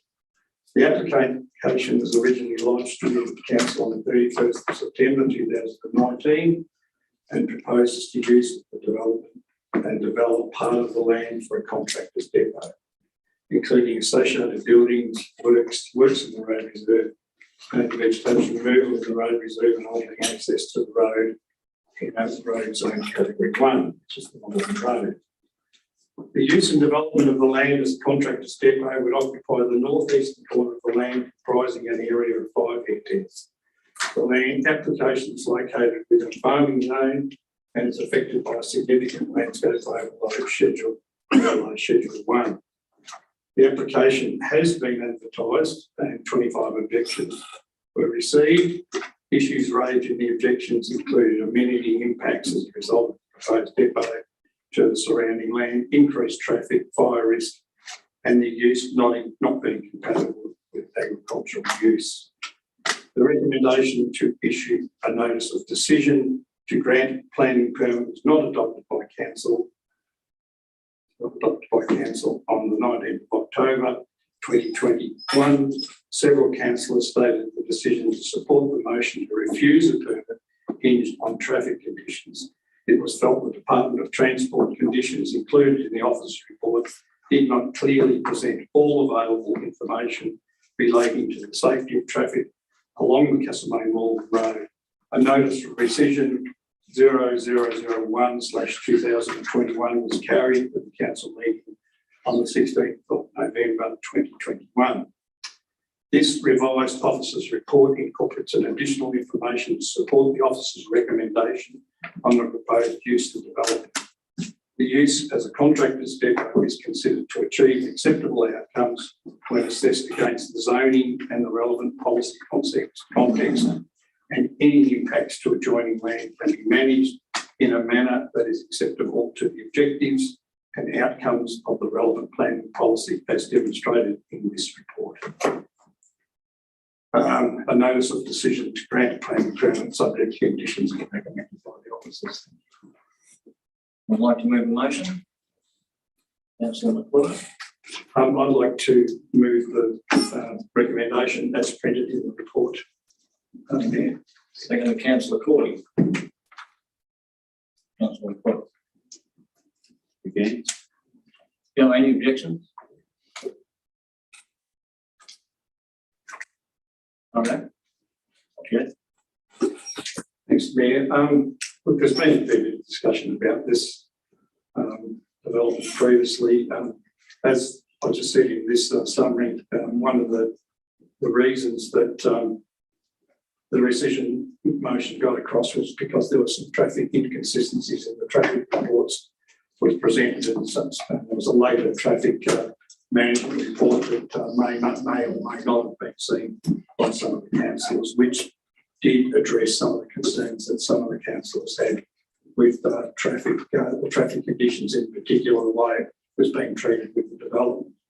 I've had a look at the reports which were written by the traffic group. This organisation is a well-respected traffic organisation in Victoria. It's got a solid reputation in the industry, and the report was approved by Big Roads at Bendigo after considerable consultation with them. So I'm satisfied at this point in time that all the traffic conditions that may have been concerned were addressed in the traffic management report, and I'm happy to support the motion on that basis. The permit application area is only a relatively small area on the property, 2.5 acres, which is 6% of the subject site. So I'm satisfied that it won't unduly affect the agricultural potential for the rest of the site and the rest of the surrounding areas. Thank you. Hang on, sorry.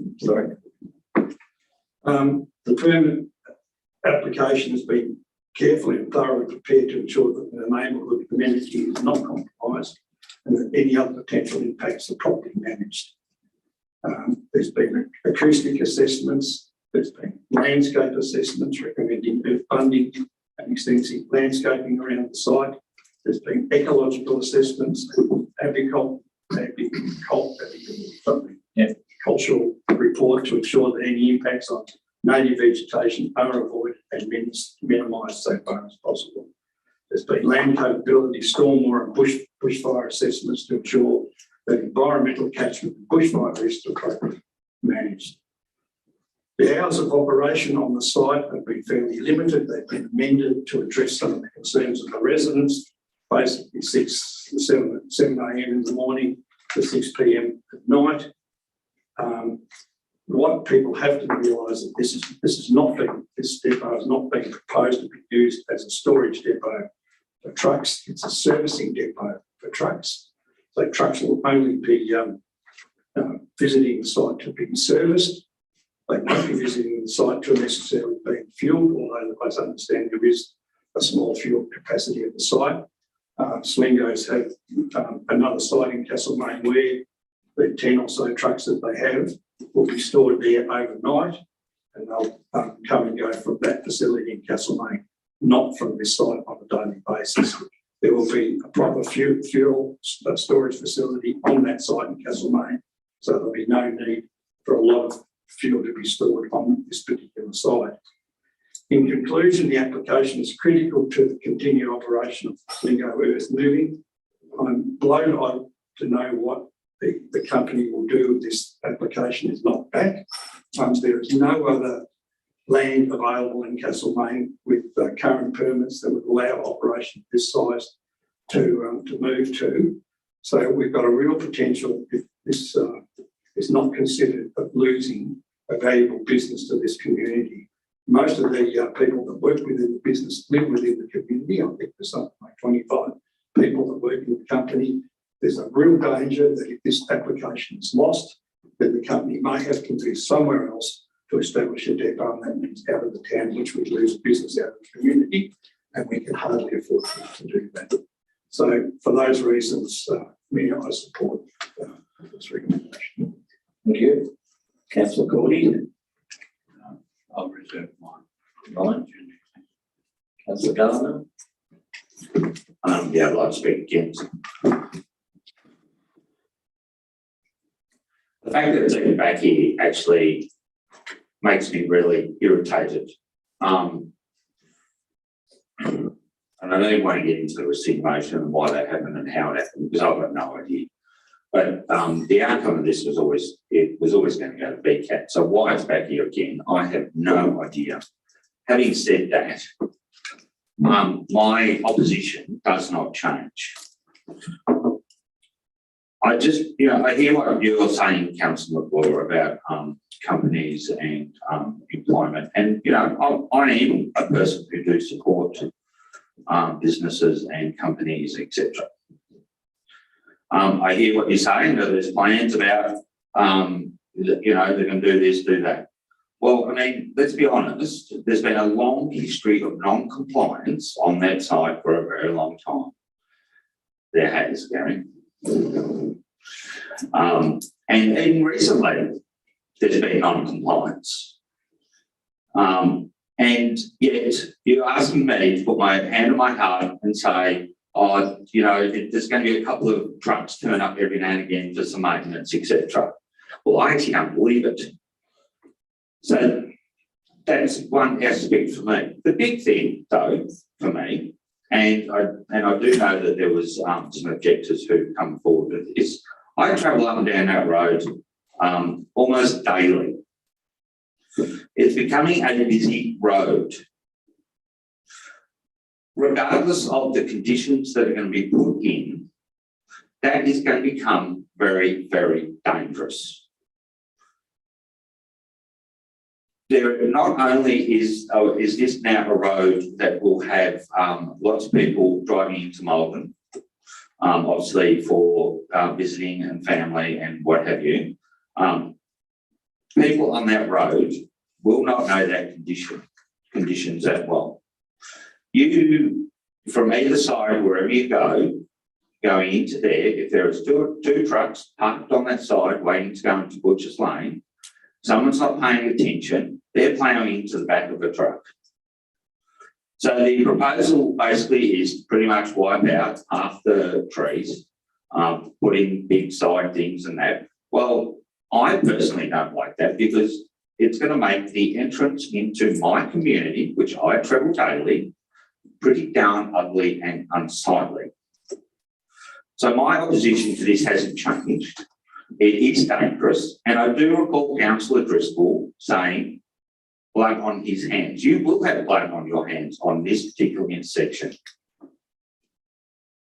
So I am very against this proposal. Thank you. Councillor Anita, do you wish to comment? Yes, thanks, Mayor. My decision hasn't changed either. I'm still against this motion. I think the application has done lots and lots of great things to satisfy amenity and a lot of has changed a lot to help with things, but I can't get past the traffic safety. And reading the traffic engineering report just didn't do enough to alleviate that concern for me, because it's all very well to say the car's going 100, but we all know that cars do not go 100 along that road. We've all driven that road. People speed along that road like you wouldn't believe. There have been so many accidents and lots of fatalities. I'm still scared to drive that road after being in a car with someone when it crashed. It's a dangerous road, and I think it is getting increasingly busy. And I just cannot say with certainty that there is enough here to alleviate my concerns about the traffic safety risks that this development could cause. So I cannot support this motion. Thank Thank you. Councillor Henderson. Thank you. Yes, so it was I who caused the rescission motion, and I guess it was, I remember sitting in the chamber here, and I think you and Mayor were sitting opposite me at the time, not being Mayor at the time, and I listened to the debate. I was unsure how I felt about this. Originally, I was convinced that this would never get officers' approval. And when I read the report, it was with disbelief that I saw that it was recommending approval until I read the game changer. The game changer being that the 10 trucks, the haulage trucks that operate out of the depot on a daily basis, leaving at 4 o'clock in the morning, were no longer to be housed at Buckingham. Obviously the planner had talked to the applicant and pointed out that that was just not going to be supported. And so the applicant has developed a separate depot, specifically for the 10 trucks, haulage trucks that work out on a daily basis, and they will be leaving on Elizabeth Street in Newcastle Lane. So that presents a very different picture. And from then on, I had to start reading the report. It's, 14 years of reading reports. I can recognise a good one when I see one. This is a good report. I was still wanted to hear what people said. I would drive that road quite a bit, even though I don't live down there. I go to Malden and beyond. I've not been particularly enamoured of the site of the large shed on the and rather messy roadside, or what's in the paddock. However, I understand that if this ever comes to fruition and this works are finished, that there is substantial landscaping to be done inside the property, which will actually mask a lot of what we look at.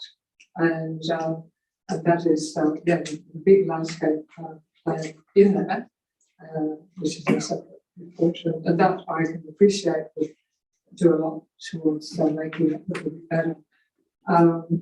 But what the debate hinged on first time, and what I started to speak this night over, was the traffic safety.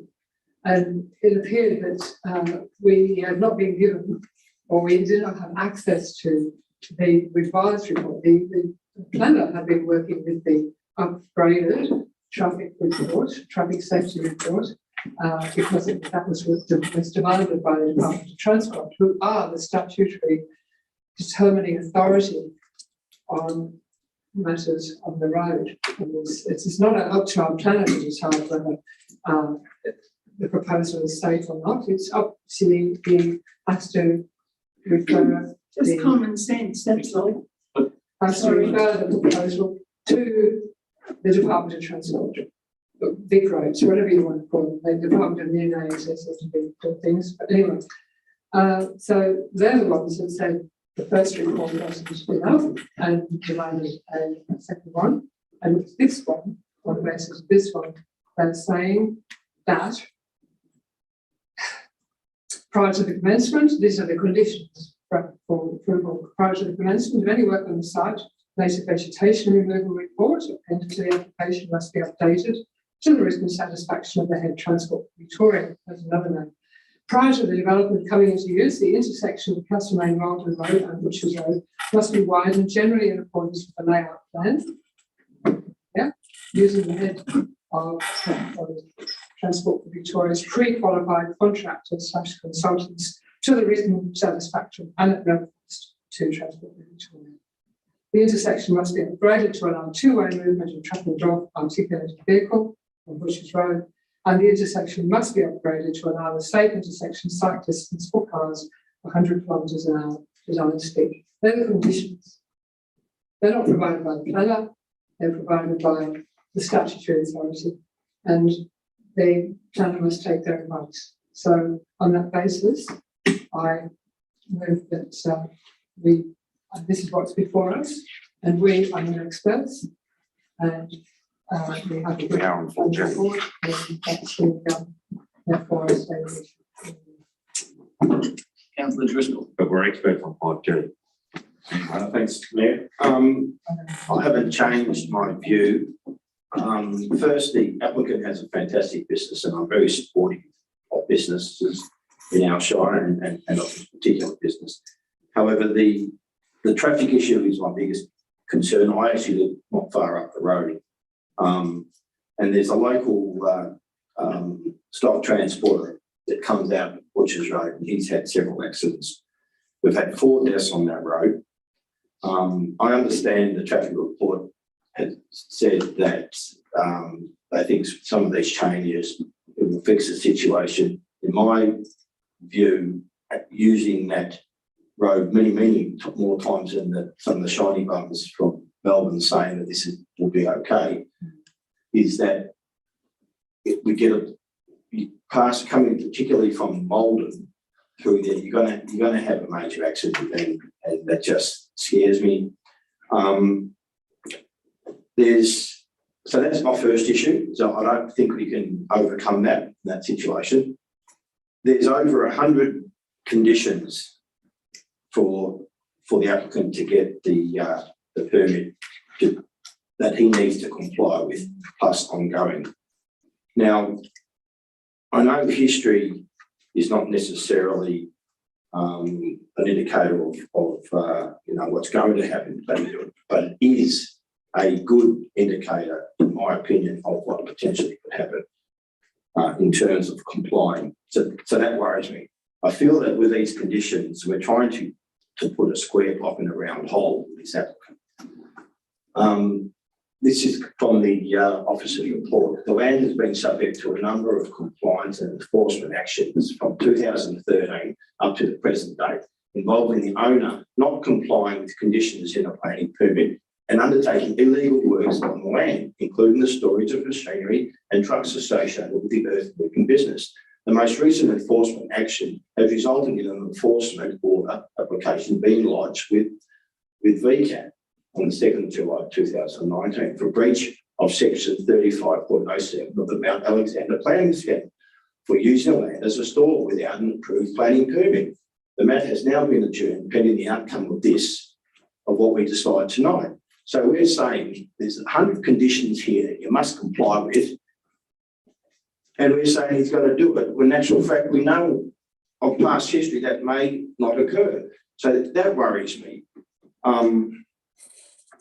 As I said, I'm not anti-business. I think it's the wrong spot. I think we're trying to make this fit, and it's just, it's going to cause lives, death, in my opinion, on that road.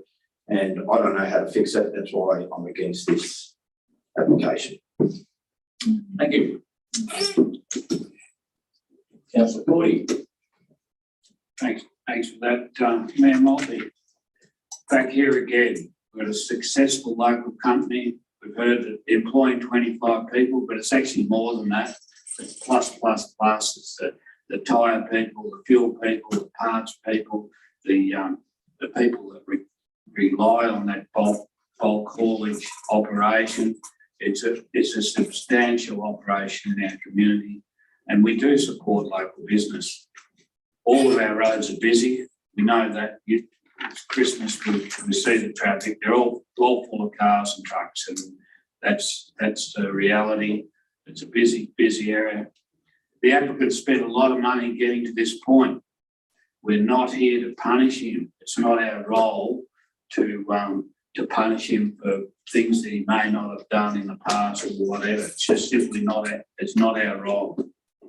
Our bottom line is our planners and the Department of Transport have signed off on this. So we've got a recommendation for approval. I call on fellow councillors to support local business and the people they employ to approve the motion before us. Thank you. Councillor Clark.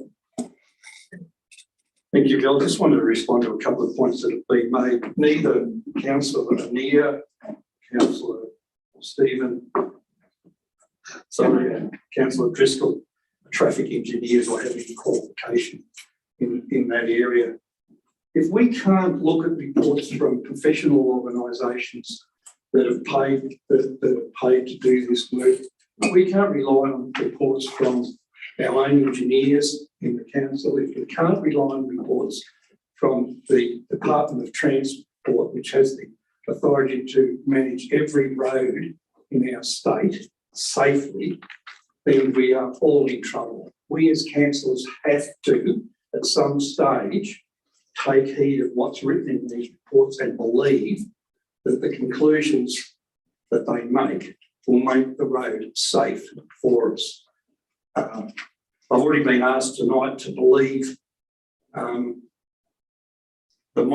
the stuff about the microwaves, but you know, we have to at some stage accept that people know a little bit more about traffic management than what we do. I mean, I've got a lot of experience in civil design. I've designed roads myself in previous work as a shire, and so I do have some experience in designs of roads. I've looked at all these reports. I have a great level of comfort in the traffic management reports that are before council. I'm satisfied that the Department of Transport are happy with what's been proposed, and if the work is done as laid out, then I would imagine that this intersection will be as safe as it can be. It won't be 100% safe. None of our intersections around the country are, but it'll be as safe as the best engineers in this state can make it. And I implore councillors to not walk away from this business with some spurious knowledge of traffic management or traffic design that they don't have. The level of compliance is not an issue that should have been raised at this level. It's a planning issue. It's not a compliance issue. I was pleased with one of the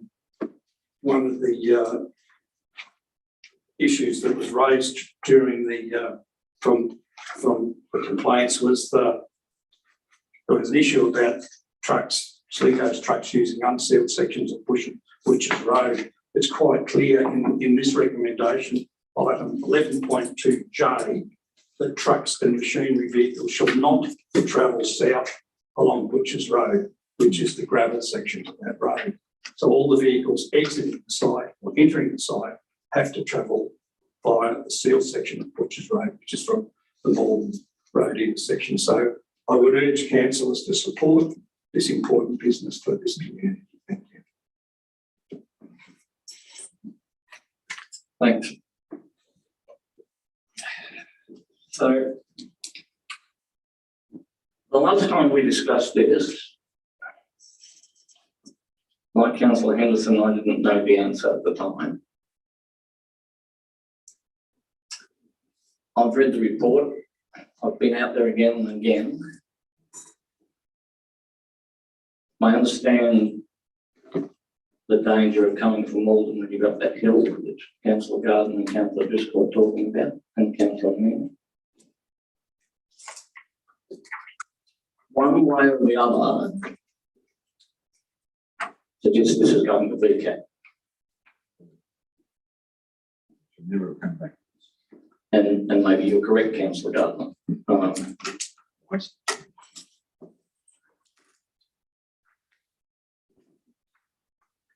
Safety is paramount, and Councillor McClure is correct that these people supposedly are the experts in the world. That said, Councillor Driscoll is correct, there has been deaths out that way. Is it the right location? I can't answer that question. But right now, we'll take a vote. Those in favour? 3. Those against? 4.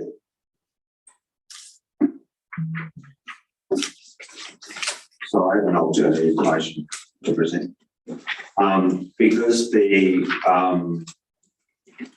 currently what it means now is there's no determination. So as councillors, we need to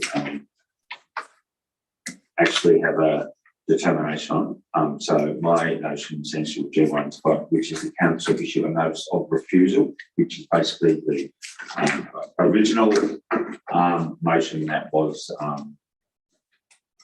passed. Seconder. Councillor Driscoll, comment? No, I don't comment. Right, anyone else wish to comment? Those in favour?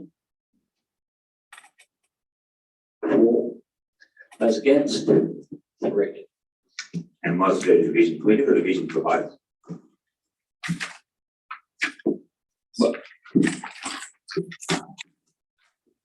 Sorry, division for.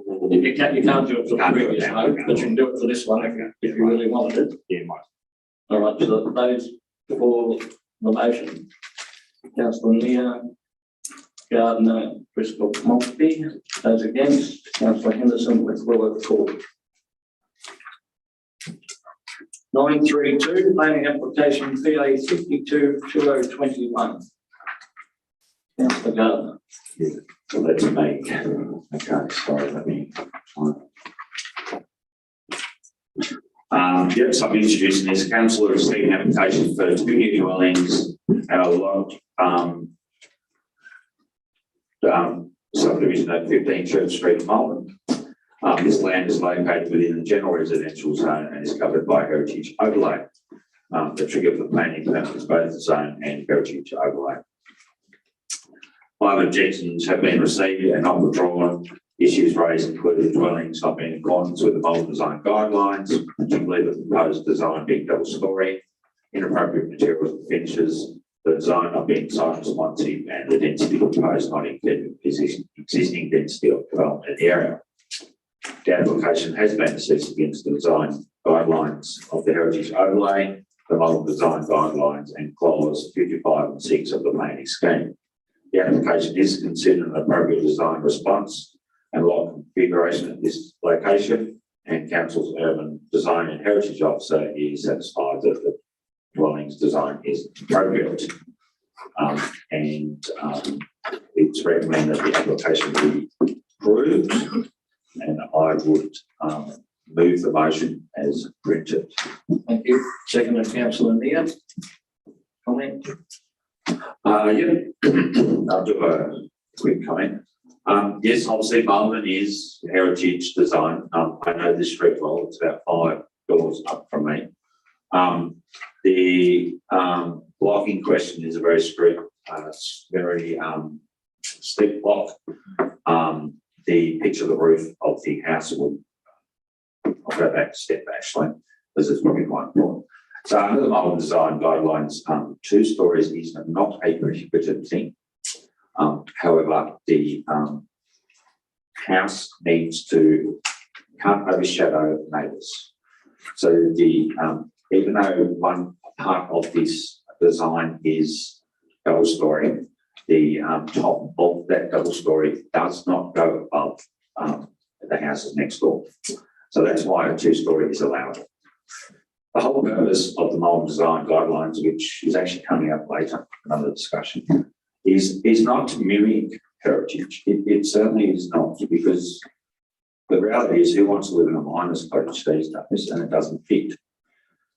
The objective of the design guidelines is to ensure a good outcome. And what that means is that the house doesn't stand out. It's sort of blends into the background. And whilst this is a double storey, the location of the land, you'd be lucky to see it. Our heritage advisor has obviously looked at it and believes it's okay. I must admit, I've sort of had a look at it. I don't love the design, but who am I to make judgment on that?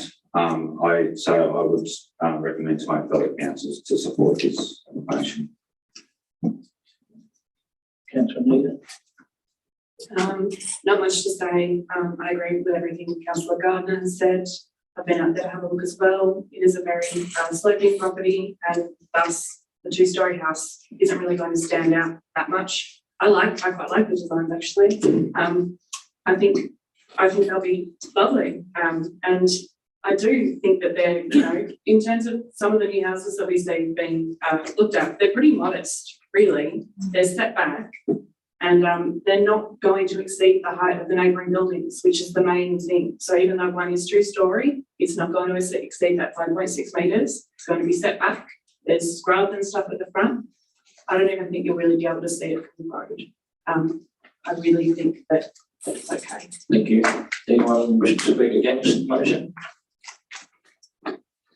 All those in favour? Carried. 933, planning application BA 205 2021 35 Etty Street, Castlemaine.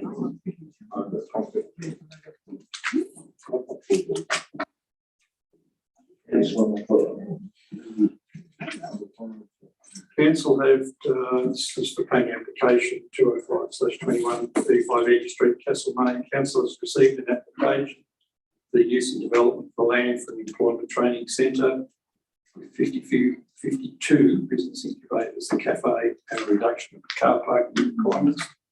35 Edge Street, Castlemaine. The site is located within the public use zone 2, PUZ2 education, and is affected by bushfire management overlay. The application received one objection and is referred to council for decision as the cost of the works is over $1 million. The application is considered to be an appropriate use for the former secondary college site and is consistent with the objectives of PUZ2 for the continued education use of the land. Therefore, it's recommended that the application be supported. I'd like to move the motion. Councillor Lanier. I'm happy to move the motion as printed. Yeah. Second, Councillor McClure. Anyone against? All in favour? Carried. Oh, sorry. Even though we've carried it already, I guess I just like to say, I mean, what I've seen of workspace at its existing site, you know, that kind of started when I was in early high school, and my mum had an office there. And so I would Skype off school at lunchtime and go up with my mum, and we'd have Kransky at Copy Basics. And I got to see right from the beginning all these businesses be, I guess, incubated and flourish. And I worked for a lot of those businesses while they were up at Halford Street, and then when they moved down to the mill, I went with some of them. It's been, I think, incredibly rewarding to see what Workspace has been able to provide businesses in town. And so many people, you know, still run their practices out of there and manufacture stuff and create stuff and have safe spaces. And I think it's been a real asset to our community. One of the worst things about it now is there is no in-house cafe since Dust Coffee House has moved and since Medley Pastry has stopped having its windows. So I was very excited to see that this new proposal incorporated a cafe, because I think that was a huge asset to the businesses while they were incubating. And yeah, I'm really excited to see Workspace continue their good work and hopefully support many more businesses to fruition in the future at this new site. Thank you. Councillor Cordy. Just a question, and I hope the CEO can answer this. I understand council was involved with the lease or Workspace and what the Department of Education. My understanding is that they're still the owner of the site. Do we have a conflict of interest in regards to the lease? Conflict in regard to the lease in? Well, we're a party to the lease of the land, so I just wonder whether it's appropriate that. Yeah, so absolutely appropriate. Council needs to form a position on this matter, and by all means, council was a facilitator of assisting that lease. That was actually essential to that lease happening. That does not mean that council can or shouldn't be making its decision in regard to the planning permit. Thank you. Sorry. Thanks, Bill. I'm pleased to support this application. The Business Employment Training Centre is an important facility for Castlemaine. I think it's a brilliant concept. It's worked very well in this community for a long period of time. And it's really pleasing to see that it's moving to this site. It might otherwise be, I don't know what it would have been used for, but it's a great application. I'm pleased to support it. I hope very shortly we see the rest of the site developed along similar lines. Thanks. Thank you. Anyone else? All in favour? Carried. Thank you.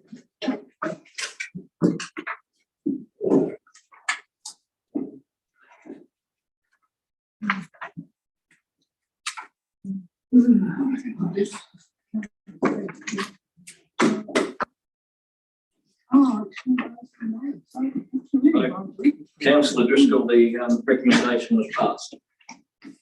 Thank you, Mayor. 934, planning application PA 255-2020, 31 Main Road, Campbell's Creek. I will introduce this item now, and I'll just read from the executive summary. Council has received an application for a stage 10 lot subdivision and creation of access to a road zone category 1 at 31 Main Road, Campbell's Creek. The subject site is located within the township zone and is partially affected by the floodway overlay schedule 1 and land subject to innovation overlay schedule 1. The application is referred to council as the application received 10 objections.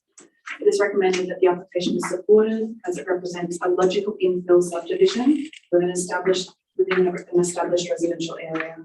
The proposed subdivision layout is consistent with the settlement pattern of the surrounding area, and access and drainage matter can be appropriately managed. Thank you. Someone like to move on motion? Councillor McClure as printed. Second up. Councillor Gardner. Any discussion? Thanks, Mayor. I mean, it's a good application. I've had a good look at it, and I've had a look at the site. I think all the requirements for a good subdivision have been met by the council stipulation for engineering, for road design, all those important aspects of a good subdivision. So I'm happy to support the proposal. Thank you. Anyone else? I just like to comment, so I don't know anything about how to design subdivisions, but except that just looking at some of these lots, 7, 8 and 9, they're very long and narrow, and I'm just visualising colour-blind fencing stretching down the length of the blocks 1, 2, 3 and 4. I think that's pretty hard to It doesn't have to be colour-blind fencing. There's nothing to stipulate about it. In none of the planning permit. It could be wire or palings or Probably. Yeah. Yeah. It just seems a bit, things that I don't do that. anyone else? All in favour? Yeah. What road Buckleford? PA 234-2021. I'll introduce this, Mayor, thank you. This application is for building works and for amenities and facilities and other structures associated with the campground at Woodbrook Road, Buckleford. The site is located in the public conservation and resource zone and is affected by a significant landscape overlay. Also scheduled to erosion management overlay, bush management overlay. The application is referred to council because there were 6 objections. The officer's recommendation is the council issue a notice of decision to grant a planning permit as the works are associated with an existing campground for provision of facilities for the improved management of the site. The works will not result in a loss of vegetation and are located within the existing disturbed areas to reduce soil disturbance. Someone like to move a motion? I'd like to move it as printed. Second that. Councillor McClure. Discussion? No, he's right. Look, I mean, this is obviously a state-run park. I must admit, I was surprised that they needed that. It's on their land. Yeah. There you go. That's the way it goes. Really, it's about improving the facilities. I know that there were people objecting To me, the issues seem to be about the sort of unauthorised camping and stuff that goes in there. And I think a lot of the plans that we'll probably have for this area will accommodate and make good on those things with inspections and those sorts of things, and it should improve. I just hope, though, will live up to its maintenance schedule and plan as they sort of stood here and told us they would. It's give them a faith, but yeah, so I just think that it'll be a good little spot for people, and everything's up obviously for cyclists too. Councillor Cordy. Oh. Councillor, do you want to say something? Oh, just to support it, I think it's a good application. It's a formalisation of camping and things that I think already happen in that vicinity. With fires, I think the lady from Dwell that spoke confirmed that there were fires and so forth had been lit in that area in a very informal manner. So all that's going to be formalised with proper fireplaces cleared. So I think it's a formalisation of activities that are already happen in that area, and they're good activities because they're healthy activities. So that is. Councillor Cordy. Thanks for that, Mayor Maltby. I have concerns about bushfire risk in relation to the proposed site. I know that's been covered off in the report, but I note with interest that this Victorian State Government has spent many millions of dollars on putting power lines underground to the north of this bushland on Woodbrook Road, and now we have Bell seeking to encourage camping in the area, and we know campers love to light fires. So for me, it represents an increase in fire risk. It really, for me, it defies all logic to allow camping in bushland at the northwest of Castlemaine. This is the area where an established fire will do serious damage to our community. There's no water supply, and the bush is too dense to fight an out of control fire. The other aspect about this location is that a fire with a northwesterly wind in that location could jeopardise the operations of KR Castlemaine, which is our largest employer. Just because it seems like a nice idea for people to camp in the bush does not mean it is a good one in this location. Thank you. Thanks, Mick.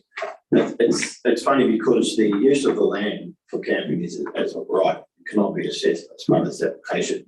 So it's actually working in reverse. I understand people camp there and they have fires, but if this is passed, then it's my understanding that actually will be controlled a bit better and people will go out there a little bit more. So it's a bit of a reverse, but you can't stop people from camping just as of right, is my understanding. Councillor Henderson. Yeah, that was going to be my point. There was more likely, there was some talk of water, but I don't think there is a water dam. There is a dam there already. Okay, so that's the problem, isn't it? When people light fires and then they walk away with them, kick a bit of dirt over, which is really just a bit, broken up leaves and stuff. I think they put it out, and the fire sits there happily burning away in the ground for the next the hot day. But if there's a bit of water, there's much better chance of actually getting it out. Also, I think those the undergrounding of power was partly to do with the fact that they were single wire earth return lines, so they're particularly dangerous. Well, they're not particularly dangerous, but the application for that work or the notification for that work specifically says it was a treatment to reduce the risk of fire to the Castlemaine community.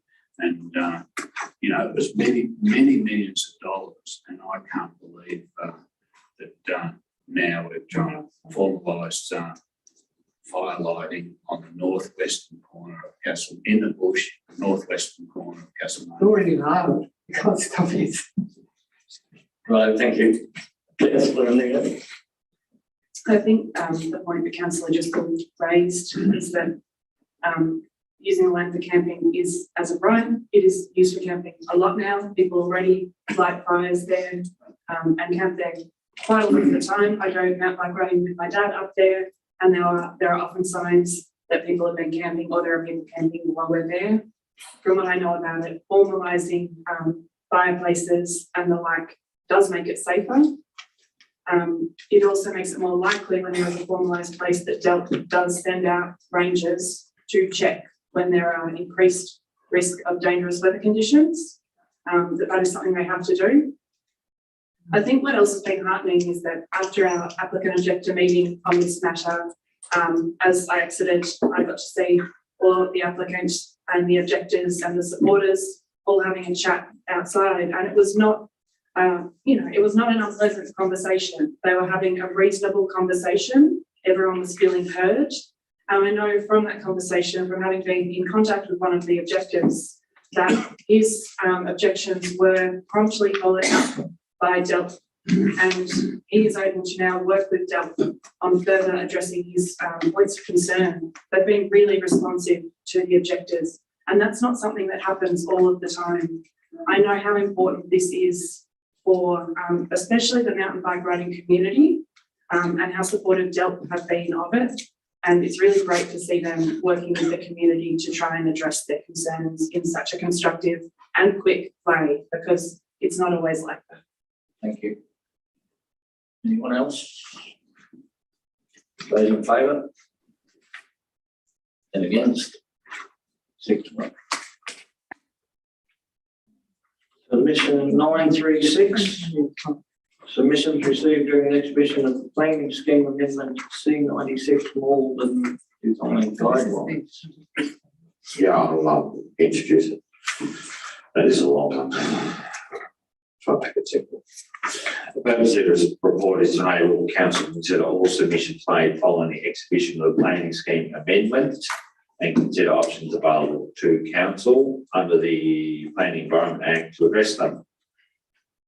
The report recommends that council request the Minister for Planning to appoint an independent panel to consider unresolved submissions in response to the planning scheme amendment and adopt minor changes to the updated mould design guidelines as recommended by the strategic planning unit as below. Unfortunately, this cannot be finalised unless we follow this process. So I would support and suggest I would seek my councillors' support as printed. Seconder. Councillor Leah, any discussion? I just wanted to probably highlight that this process has been on for a couple of years. Malden obviously has heritage, and there's some very strong and fierce advocates of heritage. But I do need to acknowledge that they really did participate in this process, and some of the people who probably refer to heritage Nazis were involved, and at the end have been very supportive of these changes. A lot of the changes come about because the original design guidelines they're from the late 70s, and there's been lots of anomalies picked up over the time. The current design guidelines probably don't meet and suit temporary conditions. They certainly can be very difficult to read, and this makes it easier.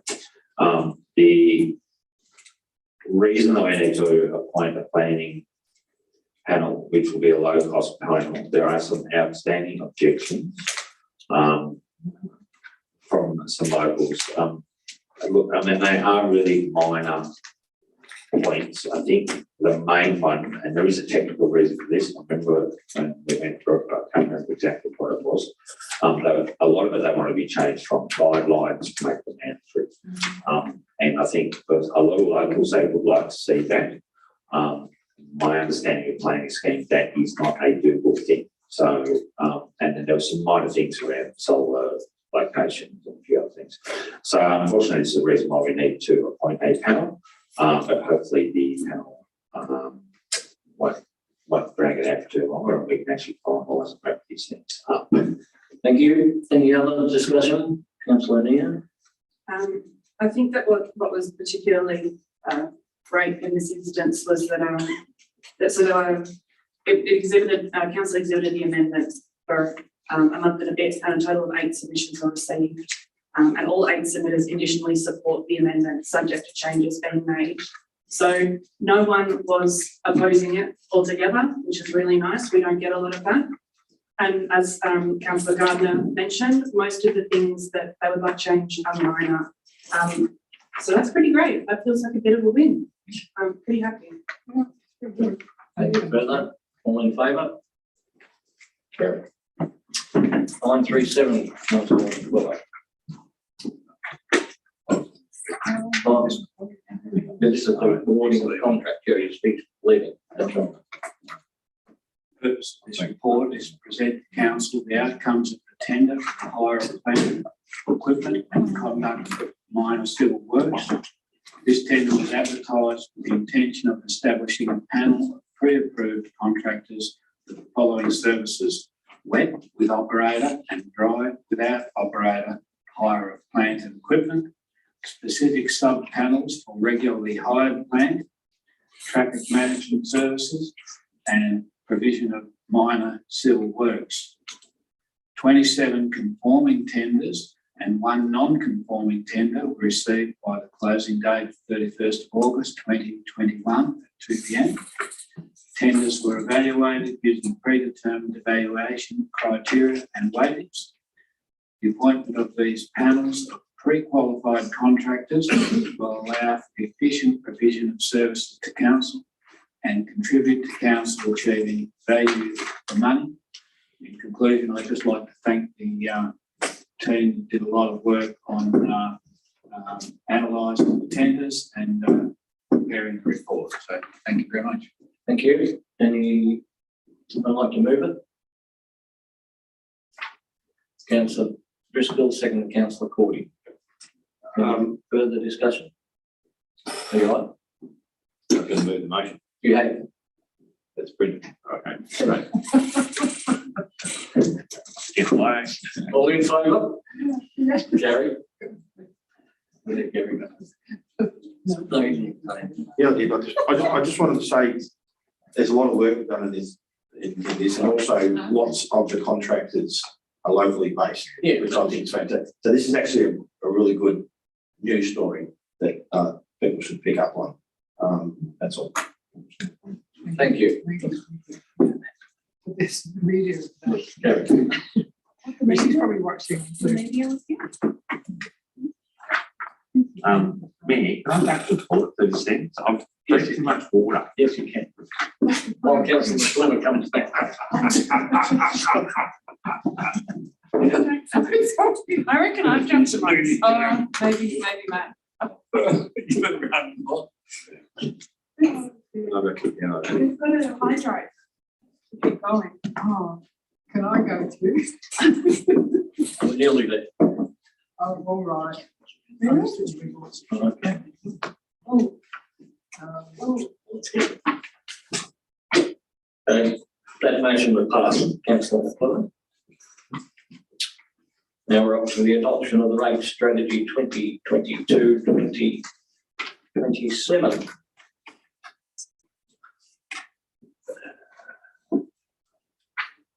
You will wait for Steve. We don't have to wait. Just make a note of the minutes that we step down at such and such a time and come back.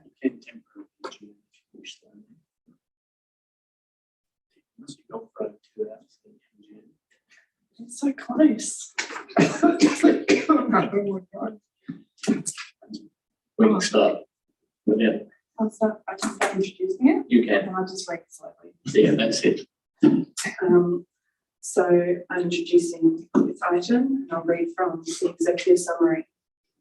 Council last reviewed its rating strategy in 2016. A review of the rating strategy was a key project in the annual plan 2020-2021, and an allocation was included in the 2020-2021 budget to engage a consultant to undertake a review of the existing strategy. The rating strategy 2022 to 2027 is now presented to Council for adoption. The strategy is supported by research and modelling undertaken by AEC Group Proprietary Limited and considers feedback from 2 rounds of community consultation and several workshops with councillors. I am happy to move the motion as printed. Thank you. Seconder, Councillor McClure. Discussion? Sure. Well, I think we learned a lot from the rating strategy. So a big change that has occurred since we took it out to exhibit the first time is that we decided to remove the raising of the commercial rate. So initially it was suggested by the consultant, not something they decided, it was suggested by the consultant that we needed to raise the commercial rate to 150% of the general rate. And we put out the draft document to see what feedback we would get from it. And we certainly got some feedback that was not what the business community wanted, that it was an inappropriate time to consider raising the commercial rate, given that we've had spent coming up to 2 years in a pandemic and that the business community has suffered greatly in that time. So, you know, it came back to us a couple of times, we talked about it, and it was decided that perhaps we did not need to do that at this time. I think that in the future, it may be something that council, perhaps not this council, but a council revisits. But I think that that has been a good solution, because I know I myself personally did not feel like it was an appropriate time to introduce that rise for the commercial rate. The other change in here that I think is quite good, although I know it did get a bit of pushback as well, was that we would include in the commercial land definition, we would revise that to include properties that are used predominantly for short-term accommodation. And it's my understanding that this happens to some extent already. What would happen with the inclusion of this is that we would use a software that helps us to gather all the data of all the short-term accommodations that are happening and be able to rate them across the board fairly. Because if you are running an accommodation business and that is the sole business of a residence, I think that it probably should be charged at the commercial rate. Thank you. Councillor McClure. No, you're right. Can I just say something? This is my 4th rating strategy. Every new council has to have a new rating strategy. Each one is advised by a consultant academic. Each one gets changed from what the academic recommends. The first one I was party to was actually, I came in in 2009, which people might remember was still in the millennial drought, in fact, not long after Black Saturday, and it proposed that we took the farm rate up to 110%. That didn't go down too well with the farmers, so that got chopped. And then I think the next one was just, we didn't do anything new, we just ignored all the suggestions and changes. However, this one, yes, well, we're certainly not going to put up the commercial rate year on year in a time of COVID. I think that was a bit of an unfortunate suggestion. And Councillor Courtney's efforts in fighting for the farmers' cause has paradoxically, in a way, paid off at a time when farmers are actually saying they're having the best time ever. I've never heard this before, but I've heard it now week in, week out. There's never been such a good time for farmers as now, which only means it's going to get bad pretty soon. So the farm has now rate has now gone to going down to 80% across the board. And for those people who are asking, well, where's the money coming from? It's not going to come from the commercial sector, which is the idea of the consultant. It will come from the residential rates, which some comfort can be taken that the average increase will be $16 a year over 2 years. So not a huge price to pay for supporting our farmers through good times and bad. Thank you. Thank you. Anyone else? Councillor Driscoll. Thanks, Mayor. Just to thank Lisa and Carolyn and their teams. A lot of work went into this, and the process was that we sent it out. We had an independent consultant look at this, then we sent it out to people to comment, and then they came back and we we listen to those and change that strategy. That was the process that I was just concerned that this was going through. There was a lot of angst and lots of emails and contacting of council saying, I've done this and done that, which wasn't really true. We deliberately put it out for consultation, which is what we try and do. We're very transparent in this process. And I think people just need to understand that sometimes when it's put out there, it's not necessarily a done deal. Come back to us and tell us, because that's the only way we tell what the community wants. That's all. Thanks, Mayor. Thank you. All in favour? Carried. Schedule 939, schedule of meetings for 2022. Yes, Mayor, I just move that council adopts the following times, dates and location as the scheduled meetings of council in 2022. And we must do this before the start of the year, and they will be posted on the council website, be available from the customer service centres. I won't read them all out, but they're going to be on the third Tuesday of the month in February. February 15th will be the first one. So yes, enjoy your holidays in January, councillors. Second. Councillor Lear. All in favour? Carried. 9310, adoption of complaints policy. I'll introduce that. Thanks, Mayor. This report seeks council approval of the updated complaints policy. Section 107 of the Local Government Act 2020 requires council to adopt a complaints policy by 31st December 2021. This policy outlines how complaints made about officers and contractors are managed. And I'll move the recommendation as printed that council adopts the complaints policy. Second up, councillor Driscoll. Any discussion? Yes. Unfortunately, actually understand this complaints policy with my career. I've had to do lots of policies in financial services, and we follow it pretty much exactly the same as many institutions and companies. So I'm quite comfortable with this policy. Thank you. Thank you. Councillor Cordy. Yeah, I just look at the complaints that we receive as an opportunity to make us do better. So just look at it as a positive way. So yeah, so just strive to not make the same mistake twice. All in favour? Yeah. Carried. 9311, appointment of representatives to committees for 2022.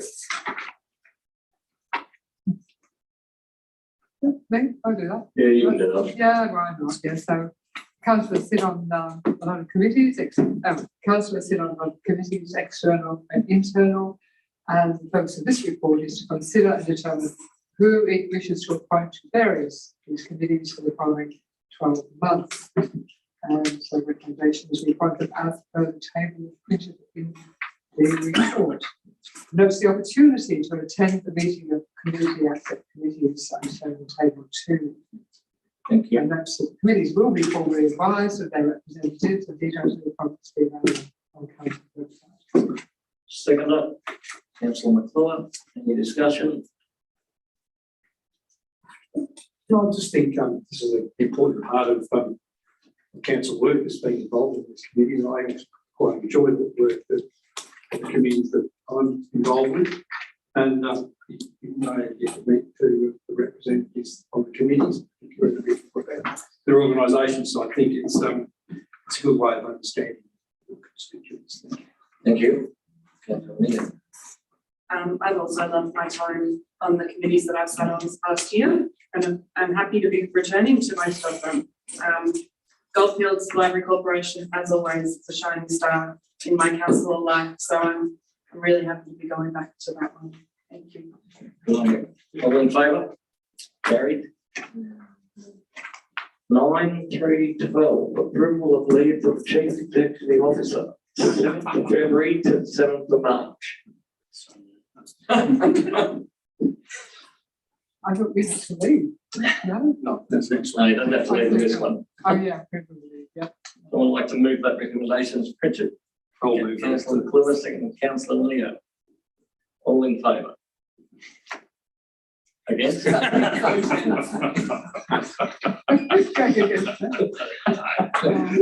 on, let's talk it down. Could we ask? Not letting it go, every time he goes something. The next one is the Chief Executive Officer Employment and Remuneration Policy.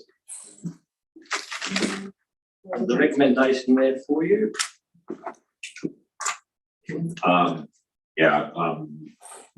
That's me. So really, this is policy about compliance with Local Government Act. It's pretty much formalised what we currently have in place, and it's as printed. Second that. Yeah. Councillor Henderson. So, all in favour? I'll get Aaron back there. Yeah. Oh, I might have made it. Yeah. Just not done before. Now look at reports. Oh. I attended on Sunday the annual general meeting of Mount Alexander Animal Welfare. As the, it was quite an interesting meeting. It